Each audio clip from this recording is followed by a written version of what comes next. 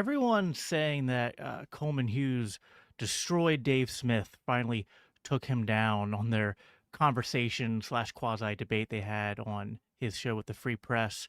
But to me, I think that sort of misses the real story because I think this wasn't just a back and forth about Israel and Palestine and the history there and the current events and the conflict, but also a window into something much deeper, just sort of our ideologies and the presuppositions that we're bringing to bear when it comes to having these discussions about foreign policy and how we understand the history of Israel and the Middle East and also America on the world stage. And as a Christian libertarian here, us here at LCI, we know that empires don't just run on brute force and strength alone. They run on ideology and on propaganda. And that's true of any group that's part of this saga, whether it's the Zionists, whether it's the neoconservatives, and all of that's been shaping our thoughts on this since September 11th, and that's still going on today. So tonight, we're going to try to dive deep into the weeds of this conversation that happened between Dave and Coleman and ask, what is at the root here and how can what lessons are we going to take away from this 3.5 hour conversation they had. A lot to talk about, and that's what we're going to be diving into tonight here live in the LCI Green Room.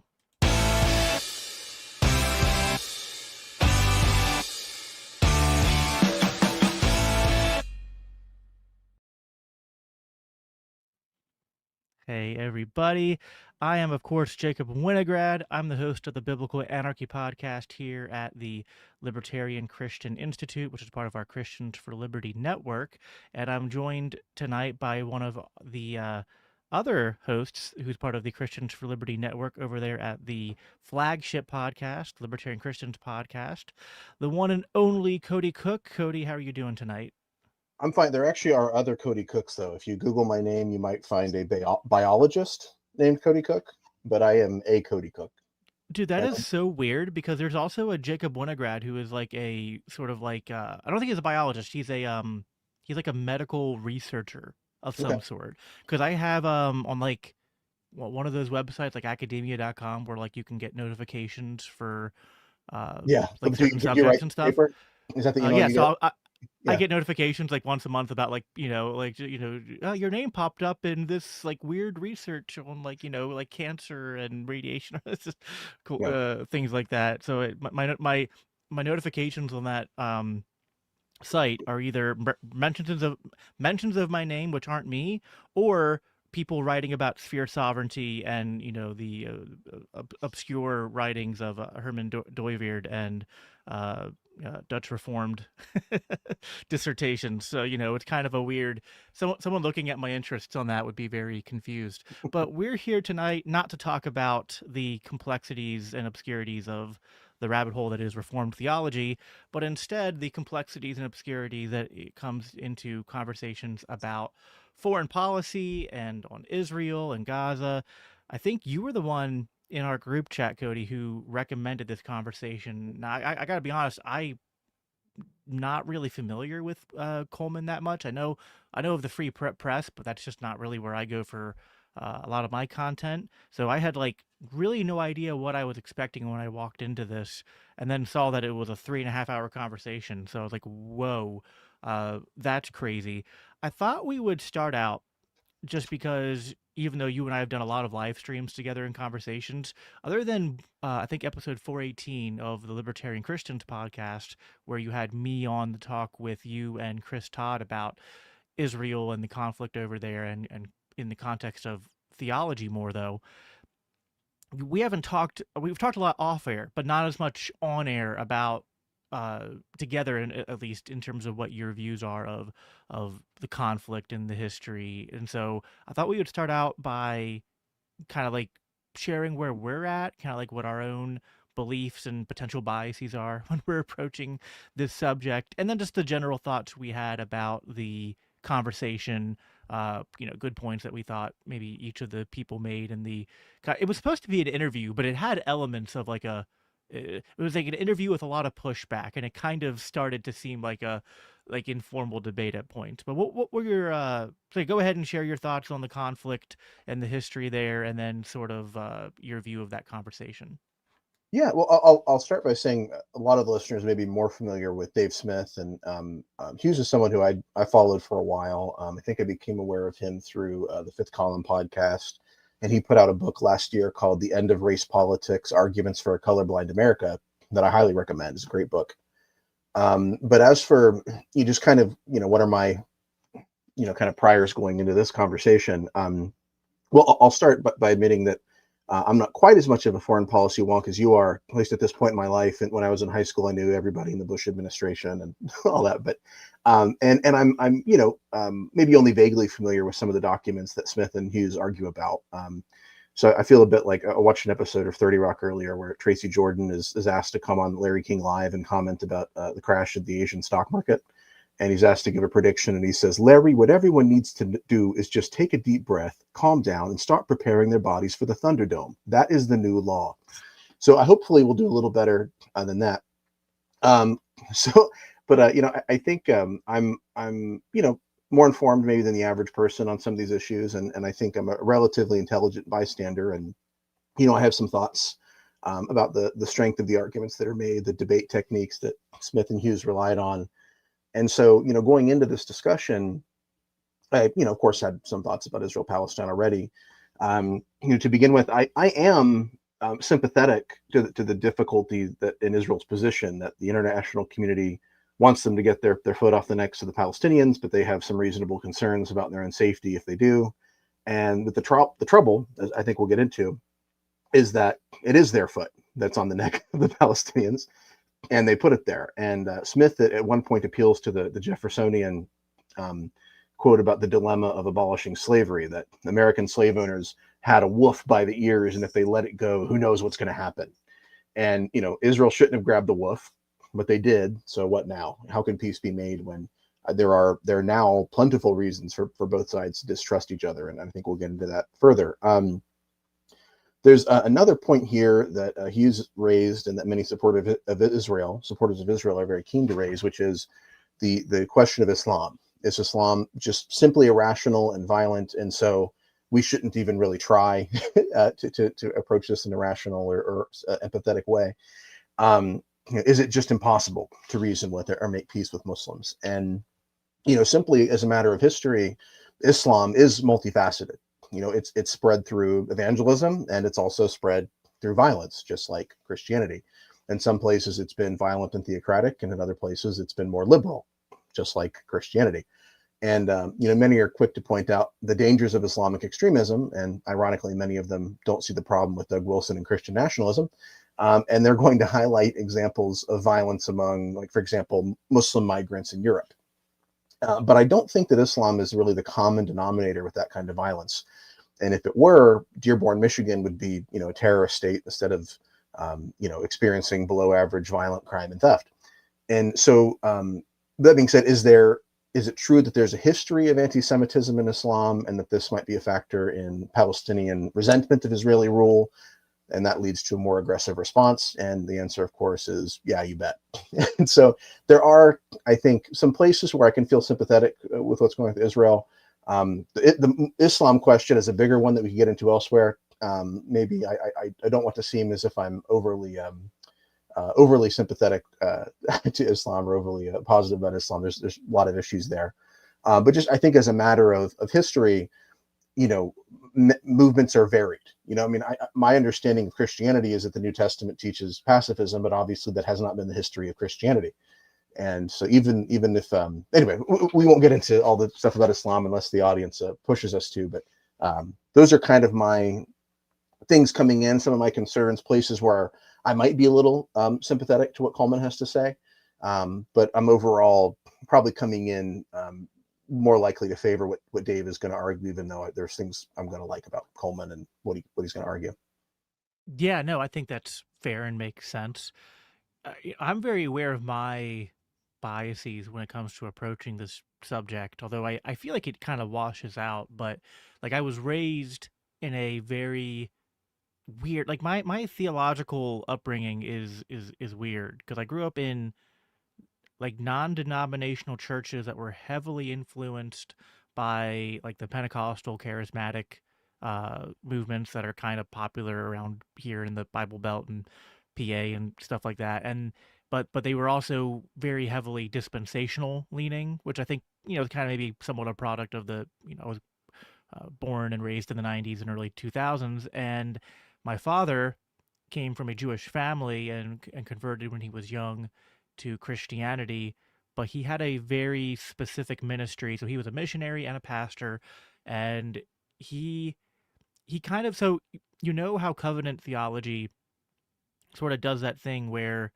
you go back through the Old Testament scripture. I think I let me not bring up covenant theology. I think in general, most Christians of any bend were going through the Old Testament and finding all the places that point to Christ, right? And we're using that to kind of build a Christocentric theology. Well, my dad's theology was like that, but inverted. He was like, look at all the ways in which the things that Jesus did point back to Judaism, which kind of there was this heavy infatuation with Judaism. I guess is the point that I am getting at. And like I remember my grandmother visiting Israel and it being like this big deal, and learning about the history of the creation of the state of the Israel, and uh, being taught about the Holocaust from a young age because it's kind of part of my Jewish heritage, and being able to look at like the different family names of like my great grandparents and whatnot because they fled from Poland, basically like right before uh, Germany invaded. So they're still like you look up like the old last names and like victims lists and stuff, and you can find it. So I was very much like grown up in a you know a- pretty much as pro-Israel environment as you could get for political, relational, and religious reasons.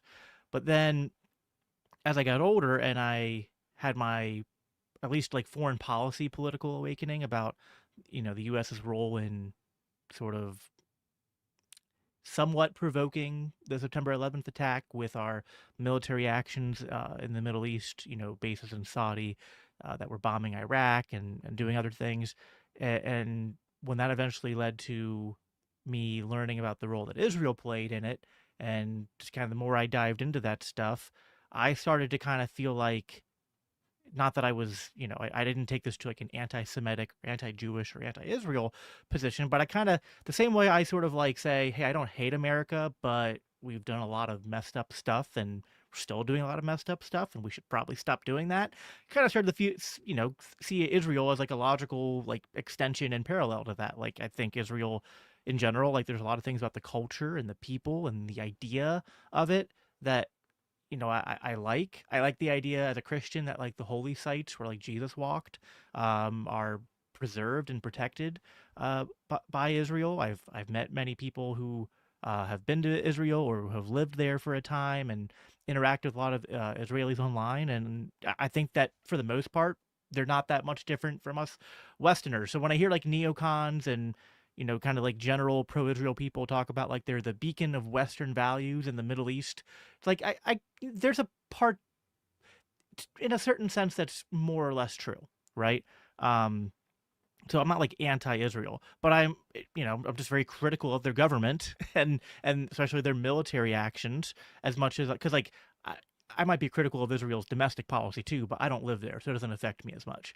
But their foreign policy and especially how it interlocks and collaborates with American foreign policy, I'm critical of both because I kind of see them as one unified thing. So I guess that's where I'm coming from on the conversation and subject broadly speaking. Studying the history of Zionism and the creation of the state of Israel, I think it's like a perfect example of how uh, both sides can paint the narrative to be like we did nothing wrong and they did everything wrong and we're just purely victims. And like really I think you study the history and you're like there's legitimate grievances Mhm. from both sides towards each other. So uh and for peace to happen, I think to some extent you have to hopefully get to a point where you have leaders on both sides or a generation on both sides that kind of like come to agreement that go, hey, like, yeah, our fathers and grandfathers and great grandfathers were fighting, but maybe we don't need to keep doing that. So, Well, this convert, well, oh, I'm uh, sorry. Can I ask a just kind of a maybe a point of clarification, or I don't know if I'm yeah, asking this, or maybe we'll see where it goes. But we just came up a little bit in that, I think, episode that you referenced, episode 418 of the Libertarian Christian podcast with Chris Todd and you and I, and I think so. It's this question of, you brought up covenant theology, and then you kind of backtracked a little bit and said, well, maybe we don't talk about it through that lens, but there is a way, I think, of thinking about this where, either Israel or the Jewish people are important or they're not, right? And I think what I'd kind of like to do is say that there are, I mean, even in the early church, people who read, Romans 9 through 11 and said, we think there's going to be this ingathering in the future. We think that God still cares about the Jewish people. But what they didn't do is say, well, because of that, let's throw out the Sermon on the Mount. Let's reinstitute the state of Israel. And anything that they ever do, doesn't matter how horrible it is or how many babies they kill or whatever, that's fine because they are ethnically Jewish and they're God's people. And so they can do whatever they want. And so I feel like that's really the problem. It's not this idea necessarily that God still cares about the Jewish people, or that there might still be some fulfillment or something there. I don't know. I guess what I'm saying is, you can have some doubts about covenant theology maybe, and still think that there might be some importance for Israel, but not say do what these people do, of sort of confusing the Jewish people with the state of Israel and justifying literally everything that Israel as the state does, right? yeah, I think that's mostly true. I do think that, and I don't know that I want to get too bogged down here. We talked about this in episode 418 a bit. I don't know. I think that there is some concern on my part that Christians who have a more premillennial outlook and more potential, at least partial literalist view of certain biblical prophecy, that, like whatever. So if you don't have, covenant theology, capital C, capital T, trademark, covenant theology TM, um, like I have, and you have a different theology of the covenants. I guess I just have to know what your theology of the covenants is, because there can be, at least in some premillennial, especially dispensational models of that, where they take it to a place where they go, well, basically, no, Israel, we don't we don't apply the Sermon on the Mount or Christian ethics to anything pertaining to Israel, because they're still operating on norms that were established on the Mosaic covenant. The land promise is eternal, and they, are justified to clear the land, and things like that, right? So I think there's a potential for muddiness there, but I do generally agree that, like, and just know that there's many people who don't have my exact theology or eschatology who would agree with your sentiment that, like, there are, you can be, like, I tend to read Romans 9 through 11 and think that the Jewish people are important insofar as they played a, tremendously important role in sort of like being the midwife for the new covenant, in a sense. Like, they were sort of the custodians of the law and the prophets, and uh the Abrahamic covenant, and brought forth, Jesus, the Messiah, and now I think, you know they played that important role in history, but I don't think that they play an important role in future events, or that they have some kind of like special, that, like, the promises God. I think, I take more of a partial preterist view that, like, the promises that were given to Israel as a physical nation were typological and pointed to, more, I guess you could say, spiritualized, eternal, typological promises that are for all believers, which includes, uh, you know, faithful Jews and Gentiles alike, right? So I definitely recommend people check out that episode we did together, which you can either go to LCP 418, or it's one of my bonus episodes that I recently published. It was definitely a very interesting conversation, and Chris brought a lot of, lived experience, like the left likes to talk about, to the conversation as well. So that's definitely a good deep dive into the theological waters. In terms of this conversation, though, I think the I'll give Coleman credit. Like, I think, you compare, like, this conversation to, like, the one Dave had with Douglas Murray on the Joe Rogan podcast, and, like, there was more substance talked about. Like Coleman didn't just go, "Well, you're a comedian and you're not an expert and you've never been there," and just kind of like act offended to be in the room the entire time. Sort of like what Douglas Murray did with very little like actual engagement. Here, there was at least more engagement. Like Coleman did his research, like knew the talking points Dave had, and came prepared to like dive into the weeds on those things. I certainly have, I think Coleman did a lot of research, but then I think that some of his logic and arguments were just fallacious and don't add up. But I will say that and I'm friends with Dave, and I say this with like a bias and love towards him, but like I just don't think he was quite on his A game in terms of maybe articulating and responding to certain arguments as well as I think he could. So, uh, so yeah, I I think it'll. Well, go ahead. I I think Hughes is a was a better defender of his position than a lot of people are, right? And so I think Smith probably is more familiar with I think kind of weaker I think just really kind of fluffy sort of arguments for Israel. And Right. Yeah. I think what partly what I think Hughes was sort of trying to do is I think give what seemed I think what he thought was a very pragmatic argument for that sort of foreign intelligence apparatus and all these sort of complicated things in the world, this kind of grand chessboard, the Brzezinski kind of idea that if we stop participating, if we sort of pull back, then what's going to happen is that China's going to get involved, Russia's going to get involved, and the world changes for the worse, right? And so it's not only in our best interest, it's in democracy's best interest that we are staying vigilant in intervening basically in foreign policy. And so and I think I still I'm still persuaded of Dave's position, but I think Hughes makes what seems like I think a very pragmatic argument for that position that is like I said, more persuasive than what you often hear.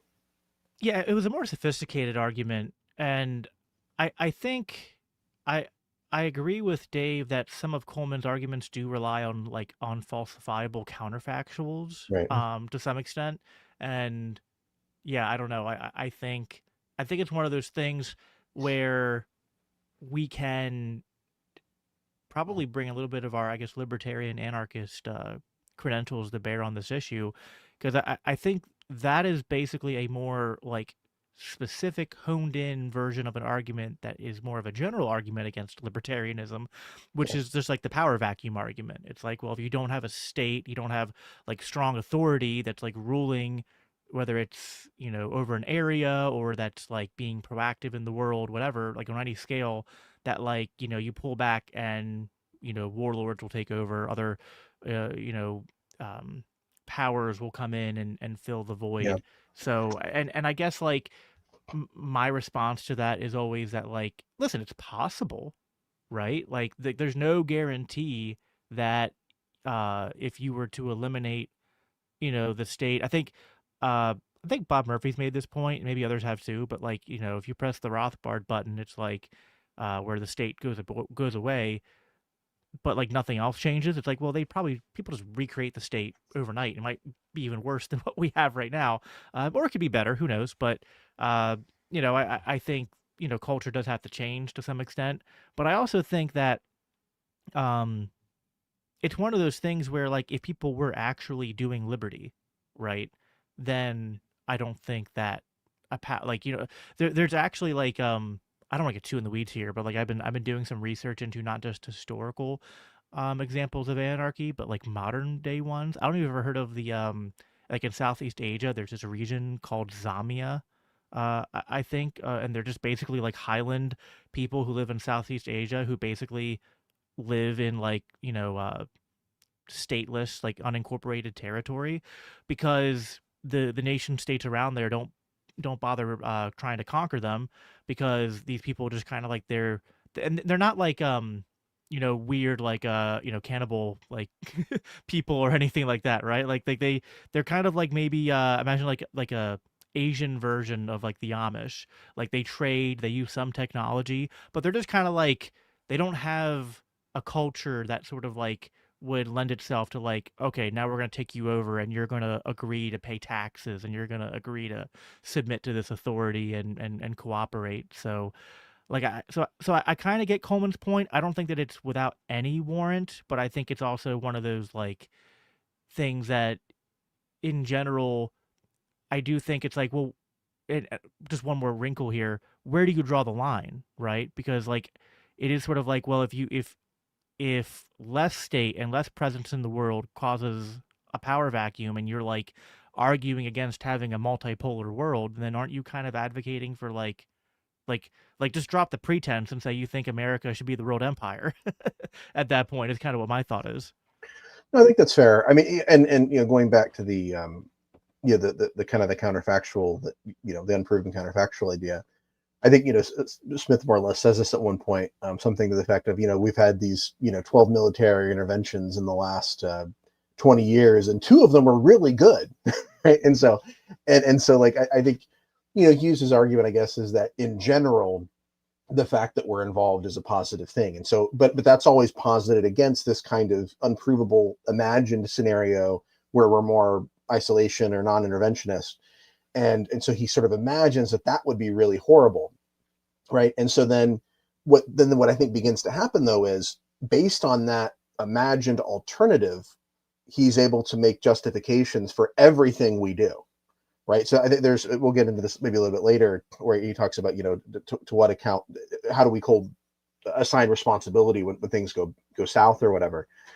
And but he sort of has this I think assumption that well, we need this foreign policy establishment, we need this kind of intervention, and because we need it, because the alternative is so horrible, unless what they do is just completely unforgivably terrible or whatever, then we have to sort of give them the benefit of the doubt.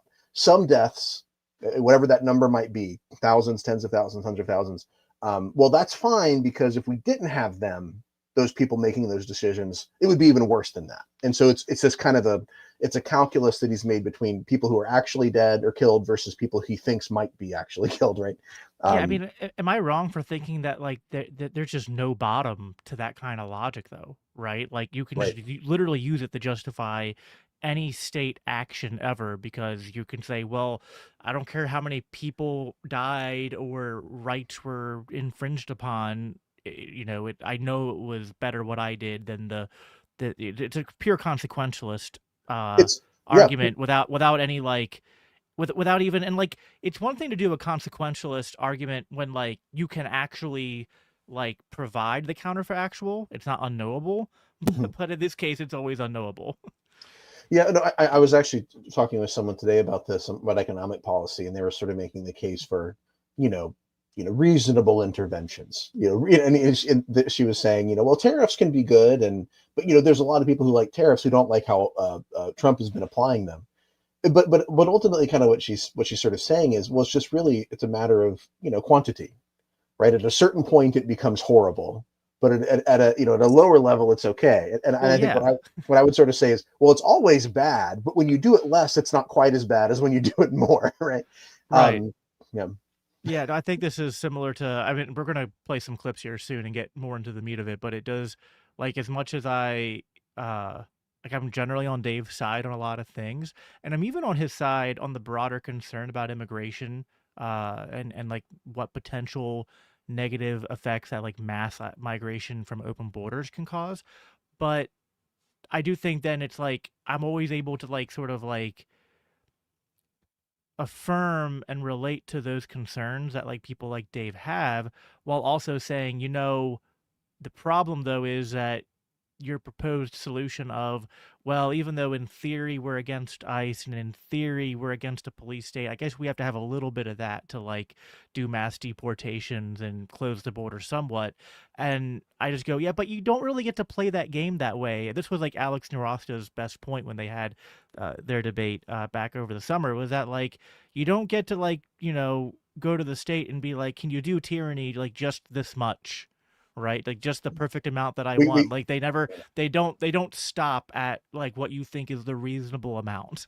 Well, it's also like it's like a little bit of adultery. Like, Yeah. telling your wife, "Well, I did commit adultery, but it was just a little bit of adultery." Like it's bad. It's always bad. But this idea that we can have a little fascism as a treat is just ridiculous, right? Anyway, Yeah, I agree. So I want to play. You went and selected some timestamps, and I did too. Mine's first only because I picked timestamps that were earlier than yours. So we're not playing favorites here, but I'm going to go ahead and share my screen here. Just give me a minute, everybody. Uh, Boom. All right. And people in the chat, just I'm pretty sure I did this right, but let me know if for some reason you can't hear it, yeah. and I'll try You to do have fix that. YouTube Premium, right? We're not gonna have to sit through commercials. Yes, I do have YouTube Premium, so we're not gonna have. I think I did like one reaction video without it, and it was so horrible. I was like, all right, Yeah, it's worth the. I think it's like $15 a month. I was like, yeah. okay, As fine. soon as this Ozempic commercial is over, we'll get right to it. All right. Policy actions that we do everywhere. We station troops Well, in South Korea. They don't fly into our buildings, right? yeah, Because I they don't understand, have that but that additional doesn't religious element. it doesn't really prove anything. Like if you're gonna say, if there's, let's say there was like a husband, he comes home, his wife is in bed with another man, he pulls out his gun, he murders both of them, and you were to say, I think the motivating factor here is that she was having an affair, cheating on him, and then you were to say, well, I know another situation where a guy was being cheated on and he didn't murder both of them. Like, okay, that still doesn't prove that that's not the motivating factor here, and it doesn't even prove that there's any needed extra element other than sometimes it goes this way and sometimes it doesn't. But the idea of like, I mean, if we're just playing out this hypothetical, if you put the shoe on the other foot and you imagine that China, no, let's just say like China had overthrown our government and propped up a dictator and then started, occupying us or putting military bases in America. I think there'd be some Americans who would be grabbing their guns and they would become terrorists in the eyes of this new ruling regime. And I bet they'd be screaming about Jesus while they did it. So I don't actually think that's right. The Irish became terrorists against the British because they were the ones who they had a beef with. Now, if you're saying, well, why do they come halfway around the world, as if that's some huge different factor? It's like, oh, because I guess America is the world empire and we are really the final sovereign over all of this area. And there are airplanes now. So I don't think there's anything, like, again, I'm not trying to absolve Islam of any responsibility that they might have. I think we're losing contact with with these analogies because we're talking about a situation where mostly Saudis flew planes into our buildings, and we had the permission of the Saudi government to be there, right? So we're not talking about a situation where we overthrew the regime in Saudi Arabia and now the Saudis are pissed. We're talking about a situation where we had every right and the invitation of the Saudi regime, and there's this terrorist veto. All right, I'm going to pause it there. There's some more I want to get to from that, but I'm going to minimize it for now. So let's just remove that. So one thing there at the beginning, and I think they go back to this maybe a little bit later in the clip, but I didn't want to play for too long. This whole idea that like, well, actually, I think I do have to play more to get to this, but he eventually says something like that one of Dave's comparisons doesn't match because he says like there's been blowback and terrorism in other cases, and he says, well, those were like local things, and it doesn't explain why they're coming over here. But my whole thing, and I thought Dave kind of tried to respond to that by saying like, well, we're the world empire and so we're the final sovereign, but I thought the better answer there was like, well, maybe they're coming over here because we're over there, right? Like, so Right. like That's when the Ron Paul answer. right, like so like when Hamas primarily goes after Israel, right? Because Israel's the one doing the stuff in Gaza. Hamas doesn't generally fly plane. I mean, I guess it's possible Hamas has done some, isolated terror attacks outside of Israel and here, but just the general rule that's not generally what's happened. And the same with some of the other skirmish. I think they brought up like the example of like the Irish and the British, right? And it's like, okay, but the point is like if the conflict is local, like one country bullying a smaller country or region, then yeah, the conflict's going to be local. If one country travels halfway across the world to bomb and occupy another one, they might eventually send some people back the other way. So Right. I Well, just felt like Coleman's point there didn't really like hold any water. Yeah, it's a bit like the Dave Chappelle thing where he did the video for Chappelle's show making fun of the R. Kelly urination scandal, and R. Kelly came up to him at a club and said, how you gonna make a video about peeing on people?" And Dave Chappelle said, "How you gonna make a video about peeing on people?" Anyway, sorry, but there is it's like, okay, the idea that where it's sort of incensed that well, I mean, obviously we should be upset about that it happened, but Coleman's sort of argument that like how they're coming to flying all the way across the world and destroying us with planes and stuff. It's like, well, yes, but we've done that also. And I think we may get into this. I don't know if it's one of the clips you selected, but there's kind of a place later where they're going through the Osama letter where he's Osama bin Laden letter where he's explaining what the grievances are. And Smith sort of points out the we're all of our intervention, and Hughes sort of says, well, yeah, but there's also been he also complained about a time we didn't intervene, and so it's like, well, yeah, he's not a libertarian, but also like when we're intervening all the time, and then we choose not to intervene when there's like a human rights issue because it's not really, we don't think it's in our best interest. I feel like that's kind of the larger point, right? It's like we're going to intervene all the time, but sometimes we're not. Like we're going to intervene when there's this thing where it's in our interests, financially or whatever, but not in these other human rights abuses. I think the point really is the inconsistency or the hypocrisy of how we approach those things. And, and like you said, once you start intervening, you can justify any kind of intervention. So why choose this over that one? And I feel like Smith should have made that point maybe, and didn't make it really in that context. Yeah, no, I think that's fair. All right, I'm going to bring this back up, and I think there's a little bit more that I wanted to respond to, then I'll jump ahead a little bit. I guess one of my questions to you is that if we live in a system of nation states, if the whole, liberal international order is to work, it has to mean that we can't take the veto of a terrorist organization within a country to mean more than the word of the head of state that says, actually, we have an agreement. They want us to be here. The king of your country wants us to be here. We have his permission. You don't get to veto us being here by killing civilians. Yeah. Okay. So just to be clear, you're right. We're mixing up things here a little bit. Yeah. No, I'm not claiming that America overthrew the government of Saudi Arabia. I guess it's just the point I'm making is we're getting into like whether radical Islam, how much of a necessary ingredient that really is. And so I was just saying, like, imagine some faraway power overthrew our government, but yeah, we did overthrow the government of Iran, Iraq, Libya, Syria, Somalia, Yemen. We've done quite a bit of overthrowing governments in that portion of the region, many in the last few decades.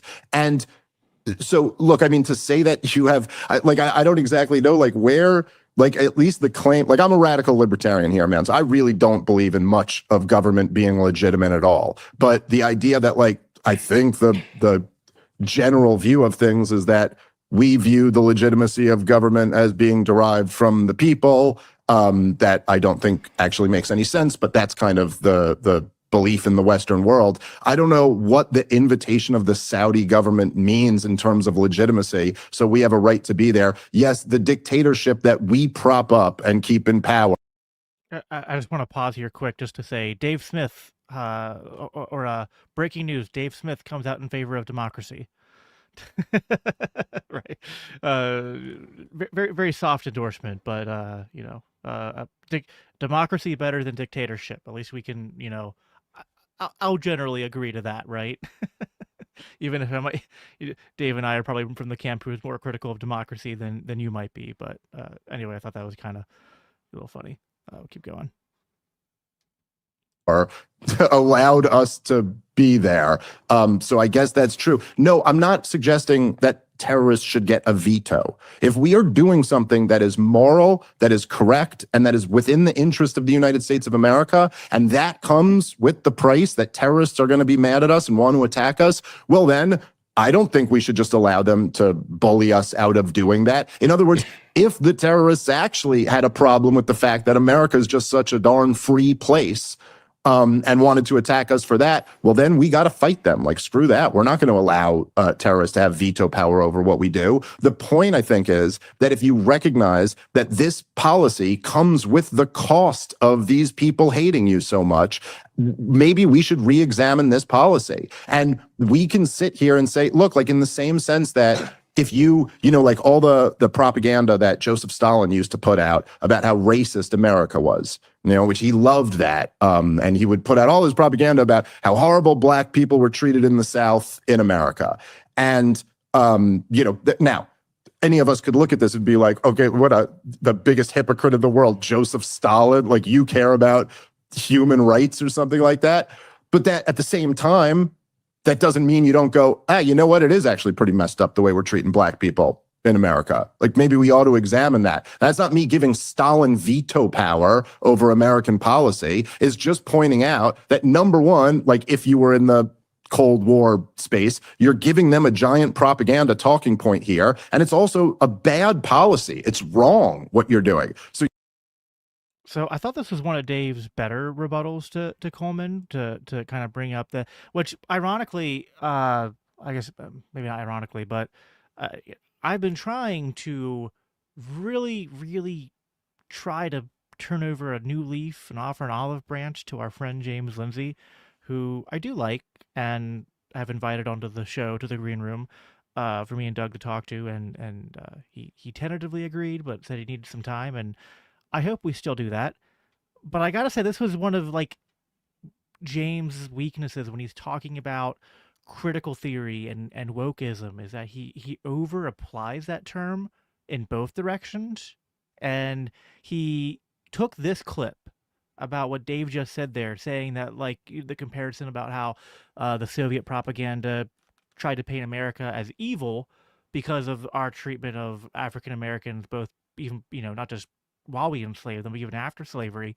And he was like, oh, look at Dave, this proves that Dave is woke or something because, like, see, he's invoking critical theory.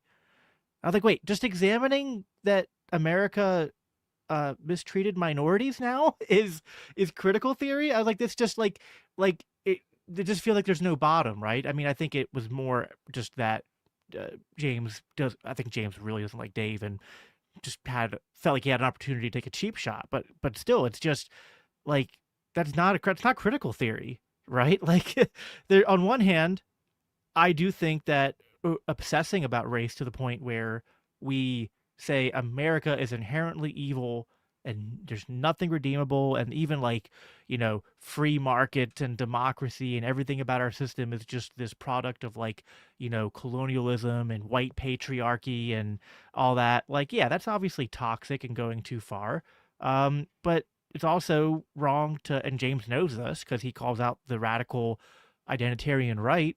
It's wrong to be like, we're not going to acknowledge the skeletons in the closet of America's past.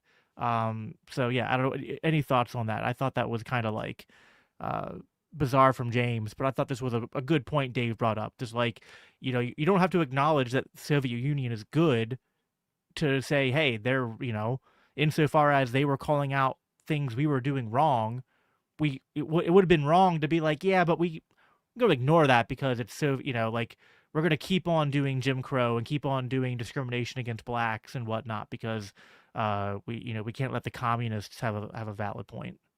the idea of the terrorist veto. Yeah. No, I mean, it's that kind of goes back to this whole thing where we sort of, I think we've lost sight of truth, and we sort of let group identity determine what we're supposed to believe about something. That well, I'm on the right and we believe this, or I'm on the left and we believe that. And the idea that you can't acknowledge the existence of racism because a leftist says it or something is pretty stupid. But that's about all I'll say about that, I think. Yeah, I think a comment here is also worth bringing up. Semi Khan said, not to mention Saudi royals were paid off and had a significant unpopular U.S. influence. Yeah, and I think like that whole thing too about like, well, just because which I kind of like said in jest, like Dave's pro-democracy, but I think listen, like, even if it's democracy, man, like just because a state says we welcome you here doesn't mean like, okay, and now it's just like it's okay just to put your military anywhere that another government says it's like that just seemed to be there's a lot of this where again you see the ideological sort of like gap, right? Because some of their disagreements and some of where I think the perception of how people look at this conversation is that your general like the person who watches this, like your average American or Westerner, who still kind of has a very entrenched belief in the legitimacy of the nation state as a concept, uh, and doesn't at least have like a rudimentary understanding of like the libertarian ideology that Dave is sort of like using to back a lot of his arguments, which we would largely agree with, at least at its core here. Like people, I think that's where people can get that disconnect, right? Because you know people are going to, I think, if they don't understand Dave's critique, that which is kind of just stemming from libertarianism, they're going to be like, well, if the government said they were allowed to be there, then they're allowed to be there. It's okay. But, I obviously think Dave's right, which is like, well, no, just because, like if America invited the, you know, Chinese military to come and uh, build bases here or something, and they started, bombing Canada, I wouldn't be like, well, that sucks. But they were allowed to be here because the government said so. So I mean, it's all Well, good.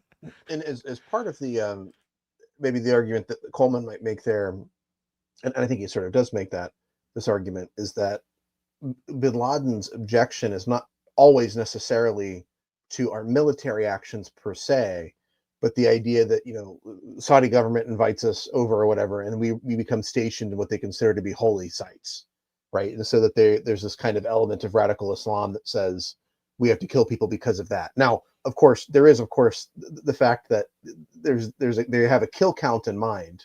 You've killed so many of our people, we're going to kill so many of your people. So it's not only that. I mean, there's different things that are brought up in Bin Laden's arguments. Part of it is like, Western women are whores, and I mean, there's all kinds of just stuff in there that is totally crazy and unreasonable. And so there is an aspect of, I think, that extremist religion is playing there, but I think there's also this reality that when you are the police of the world, you're going to attract negative attention. It's not just because we hate them because they're free, or they could be going, they would have crashed planes into buildings in Finland or whatever. It's like it's specifically the role that we've played militarily that draws that attention, even if they do have all kinds of other things they don't like about us. Yeah, I think that it's hard for me to think, and I guess I don't know. I'm not trying to defend Islam or like be overly apologetic about Islam. I'm not. I've tried to read up more on Islam and understand kind of like the fundamental uh, differences between like Shia Islam and Sunni Islam, and then even that's like, I think that's the most basic distinction. And even then, within Sunni and Shia Islam, there's a lot of sub factions and whatnot. So it's like any religion; it can get a little complicated. Um, Well, but it's and just there are even factions within Islam that are lean pacifistic, right? And they're more minorities, but I think it's also worth pointing out that like the Bin Ladenite kind of Wahhabi Islam is also a minority position. right. No, I mean, I think to your point, like I remember seeing those sort of like propaganda clips about the Islam marches or events in Dearborn, Michigan, and you look it up, and it's Shia Muslims who are celebrating, and I don't remember the name of the event, but they're celebrating a holiday which basically relates back to like I guess like the founder or the key figure in Shia Islam, who was essentially like an anti-authoritarian Muslim and got killed for resisting the like further institution of Islamic monarchy and empire, right? And so like their talking points in this event are about like resisting tyranny and individual rights and things like that. I was just like, oh, okay, like you know, uh, it, that doesn't seem un-American to me, right? Like, I wish Christians were out there, marching and talking about resisting tyranny and um, advocating Well, for individual rights. So yeah, it just shows there's a lot of, and then on the other hand, insofar as Christians in this country are getting together and marching and doing things sometimes it looks way more like Charlottesville than it does, you know, Well, it's so well, it's that's part of the problem, right? With the new right, it's nuance for me, but not for thee, right? If there's a Muslim marching anywhere, that's a a crisis for the West, well, um, and don't right? get me wrong, like there's also instances where, you know, you're on Instagram or Facebook or whatever, and you see people reporting on, you know, Muslims who have come here who are on the streets and they're saying things like, "We're gonna impose Sharia law and we're gonna cover your women up and you're gonna," so like, you know, it's like, sure, I concede there are radical Islamists in the Middle East and radical Islamists who come here, and I'm not saying we should like roll over to anything that they say or demand. But even then, I think that yeah, this thing like Coleman said, like the key ingredient is I think this is sort of like what's I'm trying to think of a good example here. What's the key ingredient in spaghetti and meatballs? Is it the spaghetti or is it the meatballs or is it the sauce, right? I mean, you take any one of those things away, it's not really spaghetti and meatballs anymore, right? You could there's probably a better dish I could have thought of than that, but like you get the idea. Like sometimes it's not like there's one key ingredient because I think they both maybe have a point. I do concede that radical Islam might be more susceptible to radicalization than perhaps you know, I don't think you saw. I'm not an expert on the history of India, but as far as I know, I don't think there were tons of like you know, Indian terrorist cells who went and declared some kind of like global war against the Brits. Right, the way India kicked the Brits out was through peaceful Yeah. non-resistance. Right, Well, you don't hear about like uh, you know, Jainist terrorists or anything like that. So I mean, I'm sure there's like, yeah. you know, Well, weird obscure examples, but there is a conflict later which leads to the separation of India and Pakistan because I think Gandhi wanted a unified India with Muslims and Hindus, and I think they could agree to that up to a point, but then of course once they actually have independence, then it becomes a matter of conflict, and there well, is right. some violence there that leads to separation, unfortunately. But And isn't there also mm, I'm having to think back to world cultures class. Like, isn't there a religion that's like a hybrid between Hinduism and Islam that's practiced in that region because of how it's much they? that'd be a pretty weird hybrid because to go from the most extreme pantheism to a strong monotheism. Maybe I'm thinking of something else. It's been a while since I studied. I spend so much time studying my own religion. I don't study other religions enough, but I'm starting to go back and like, you know, try to be able Yeah, to speak competently on this stuff. But anyway, my point is just like, sure, I think radical Islamism and insofar as Islam might have maybe there's a bug in that leads yeah, to radicalization more, but it's like what I think Dave's point is what unlocks that radicalization, and how do like I don't think Bin Laden was recruiting a bunch of people who were ready to die in planes and die with bombs strapped to them by saying, "Look, they have, you know, military bases built on our holy lands." And like they're just sitting there doing nothing, right? Like mhm, it's like, oh, it's kind of like when you're you'll kind of have a lead up and then a punchline. And when you're reading Bin Laden's, you know, declaration there, I think that particular bit, it's like, hey, not only is it kind of insulting for these Westerners to come over here and build on the Holy Land, but they're building on the Holy Land to then bomb and kill like millions of Iraqis and enforce, you know, yeah. uh, sanctions that are causing mass starvation and disease. So like, you know, that hits a lot harder Yeah. to the recruiting stick that Bin Laden's doing. Well, since we're maybe discussing Islam a little bit, well, and actually, maybe I'll say real quickly. You brought up India. I mean, it's worth noting that Gandhi was assassinated by a Hindu nationalist who didn't like that Gandhi wanted to build a unified India where to reconcile with Muslims, and so he was not killed by a radical Muslim. He was killed by a radical Hindu, and because many of Gandhi's allies were Muslim. Excuse me. But I think just to speak a little bit more to Islamic theology, part of the problem is that you have surahs that are written before Mecca and surahs that are written after Mecca. And so you have an early Islam that's very conciliatory, that's looking to make peace. And then you have an Islam that's on the march and that is, making war with its enemies. And so you have peaceful surahs and you have violent surahs. Now, how do you reconcile those? And what those who are going to be advocating for violence are going to say is, well, the violent surahs come later, so those abrogate the peaceful surahs. Now, others will say, well, maybe the violent surahs are an aberration. So they come later because, the early surahs give you the basic principles and then the later surahs give you, Well, didn't exceptions. yeah, and don't some say that some of the violent ones were like temporary and localized for like specific Right. situations and not Well, not for, yeah. and we say something similar. It's Right. If you want to look at passages about kill the going after killing the Amalekites in the Torah and Joshua and Judges, I think if you compare the surahs, those ayahs in the Quran with some of those passages in the Old Testament, I think the Old Testament seems more extreme.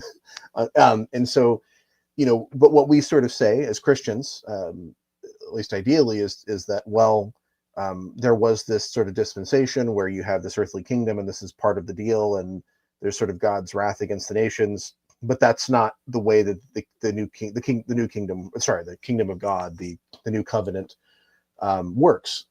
And so we move past that. Now, if you don't want to make that sort of argument, then you have a more complicated position to argue for. There's a very sort of conservative kind of Christianity that wants to sort of flatten out the differences between the covenants and say, well, maybe there are times where we should just wipe them all out, right? Yeah.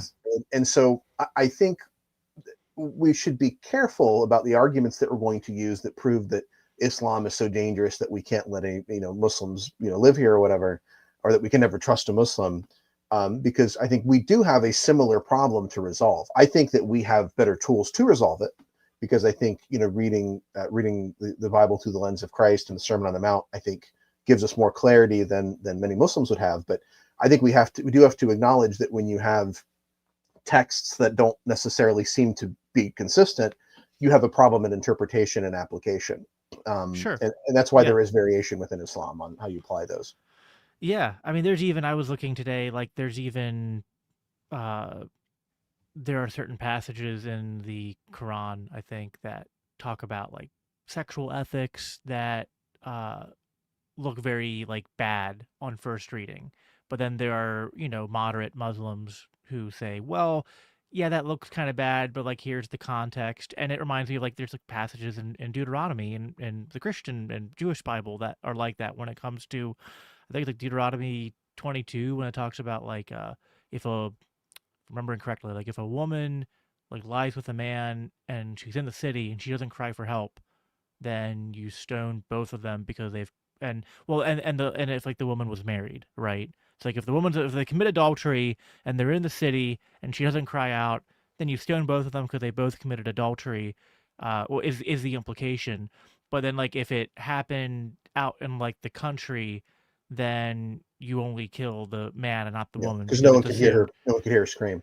Right, exactly. Yeah. So, it's like I'm kind of adding in some of the subtext to it, right? Like when you first read it, it's like the writers and the people of the time, like they would have understood the subtext, but kind of like reading it in any English translation and not being prepared for it, you're like, what the heck am I reading? Like that looks awful.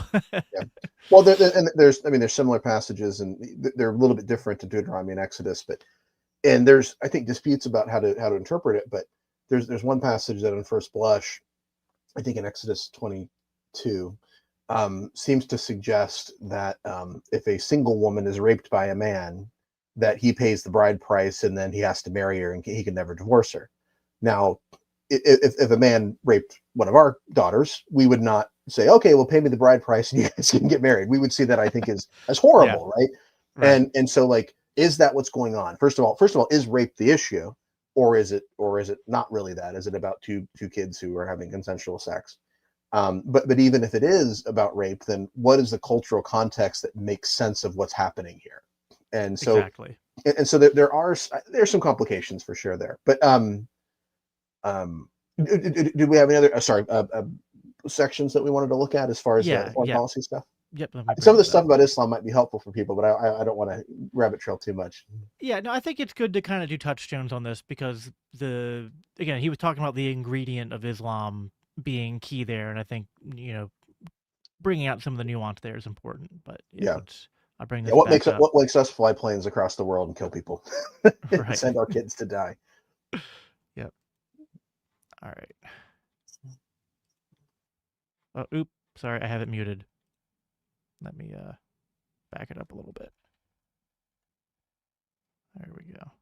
Donald Trump, or at least was perceived as more anti-war. It was Donald Trump. He wins. Him or Hillary Clinton. Trump. He wins. Obama destroys McCain. George W. Bush in the year 2000 ran on a humble foreign policy, no nation building. And it's like, I don't think the American people want this. And I think if we ever actually, and I don't think it's good for the country. So I'll wrap on that. Okay, so let's move on. So I thought that was an important point there. They're going to move on to the Federal Reserve here in a minute, which I do want to maybe touch on a little bit there. But Dave's point, which I thought Coleman didn't really respond to because he wanted to move on, was just that, like, if we're approximating, like what Americans want, right? Because if you're pro-democracy and you're kind of pro the will of the people, to some extent. Now, in terms of, and I think Dave knows this, in terms of execution, I don't think we've ever had an anti-war president, period. But in terms of like their rhetoric when they're running, it does seem that what Dave said is kind of true, that like it does seem like generally the most anti-war, the most perceived anti-war candidate wins. George Bush ran on a humble foreign policy. Obama ran as like basically like, I'm not George Bush and Iraq was a disaster. Donald Trump won based on like bashing Jeb Bush and like,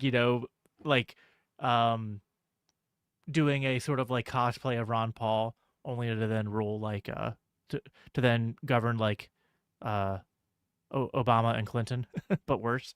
But yeah, anyway, I think that there's something to that there, which I think like what's your sense of that in terms of like if Coleman considers that, and just like what do we make of the fact that Americans seem to be kind of, I don't know, I think they want less war, but then it does seem to be like that's easily hijacked by like they'll vote for it when it's on the ballot, when it's like, oh, I think my candidate, is more anti-war.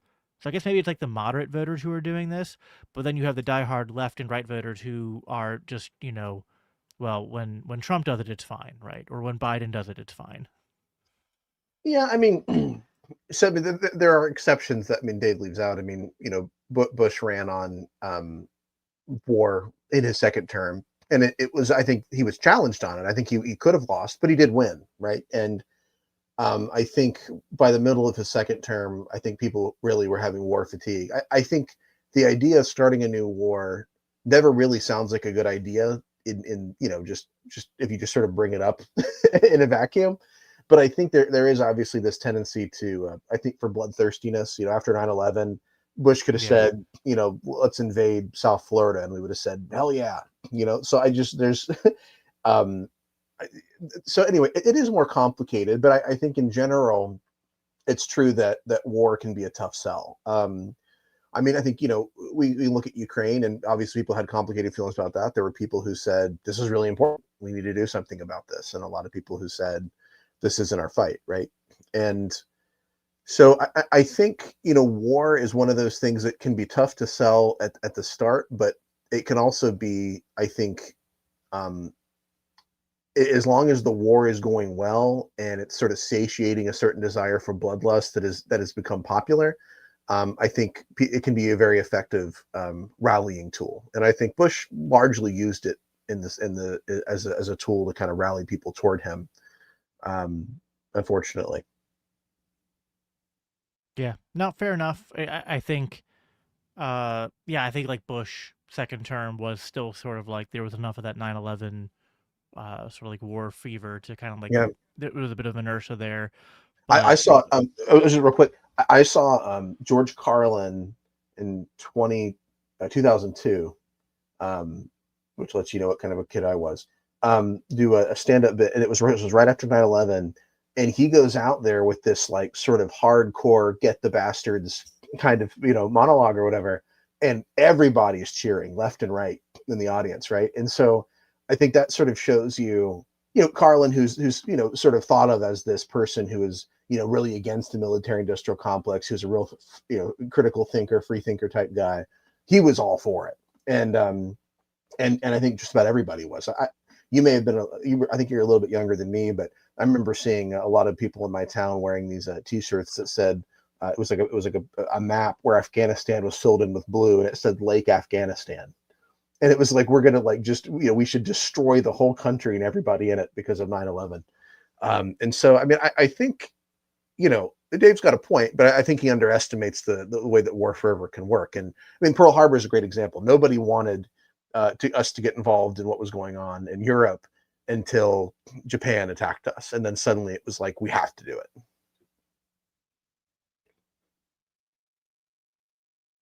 Yep, no, all fair points. I forgot to write a timestamp down for this section, but it's kind of the bridge between what I was at and what you're going to get to. It's kind of, I think it was hard to pick there's a whole, from like the 50-minute mark to like the hour and a half mark, they are just all over the place with, looking at the transcript here, all over the place with debating these different policies and whatnot, and memos and whatnot regarding Israel's role.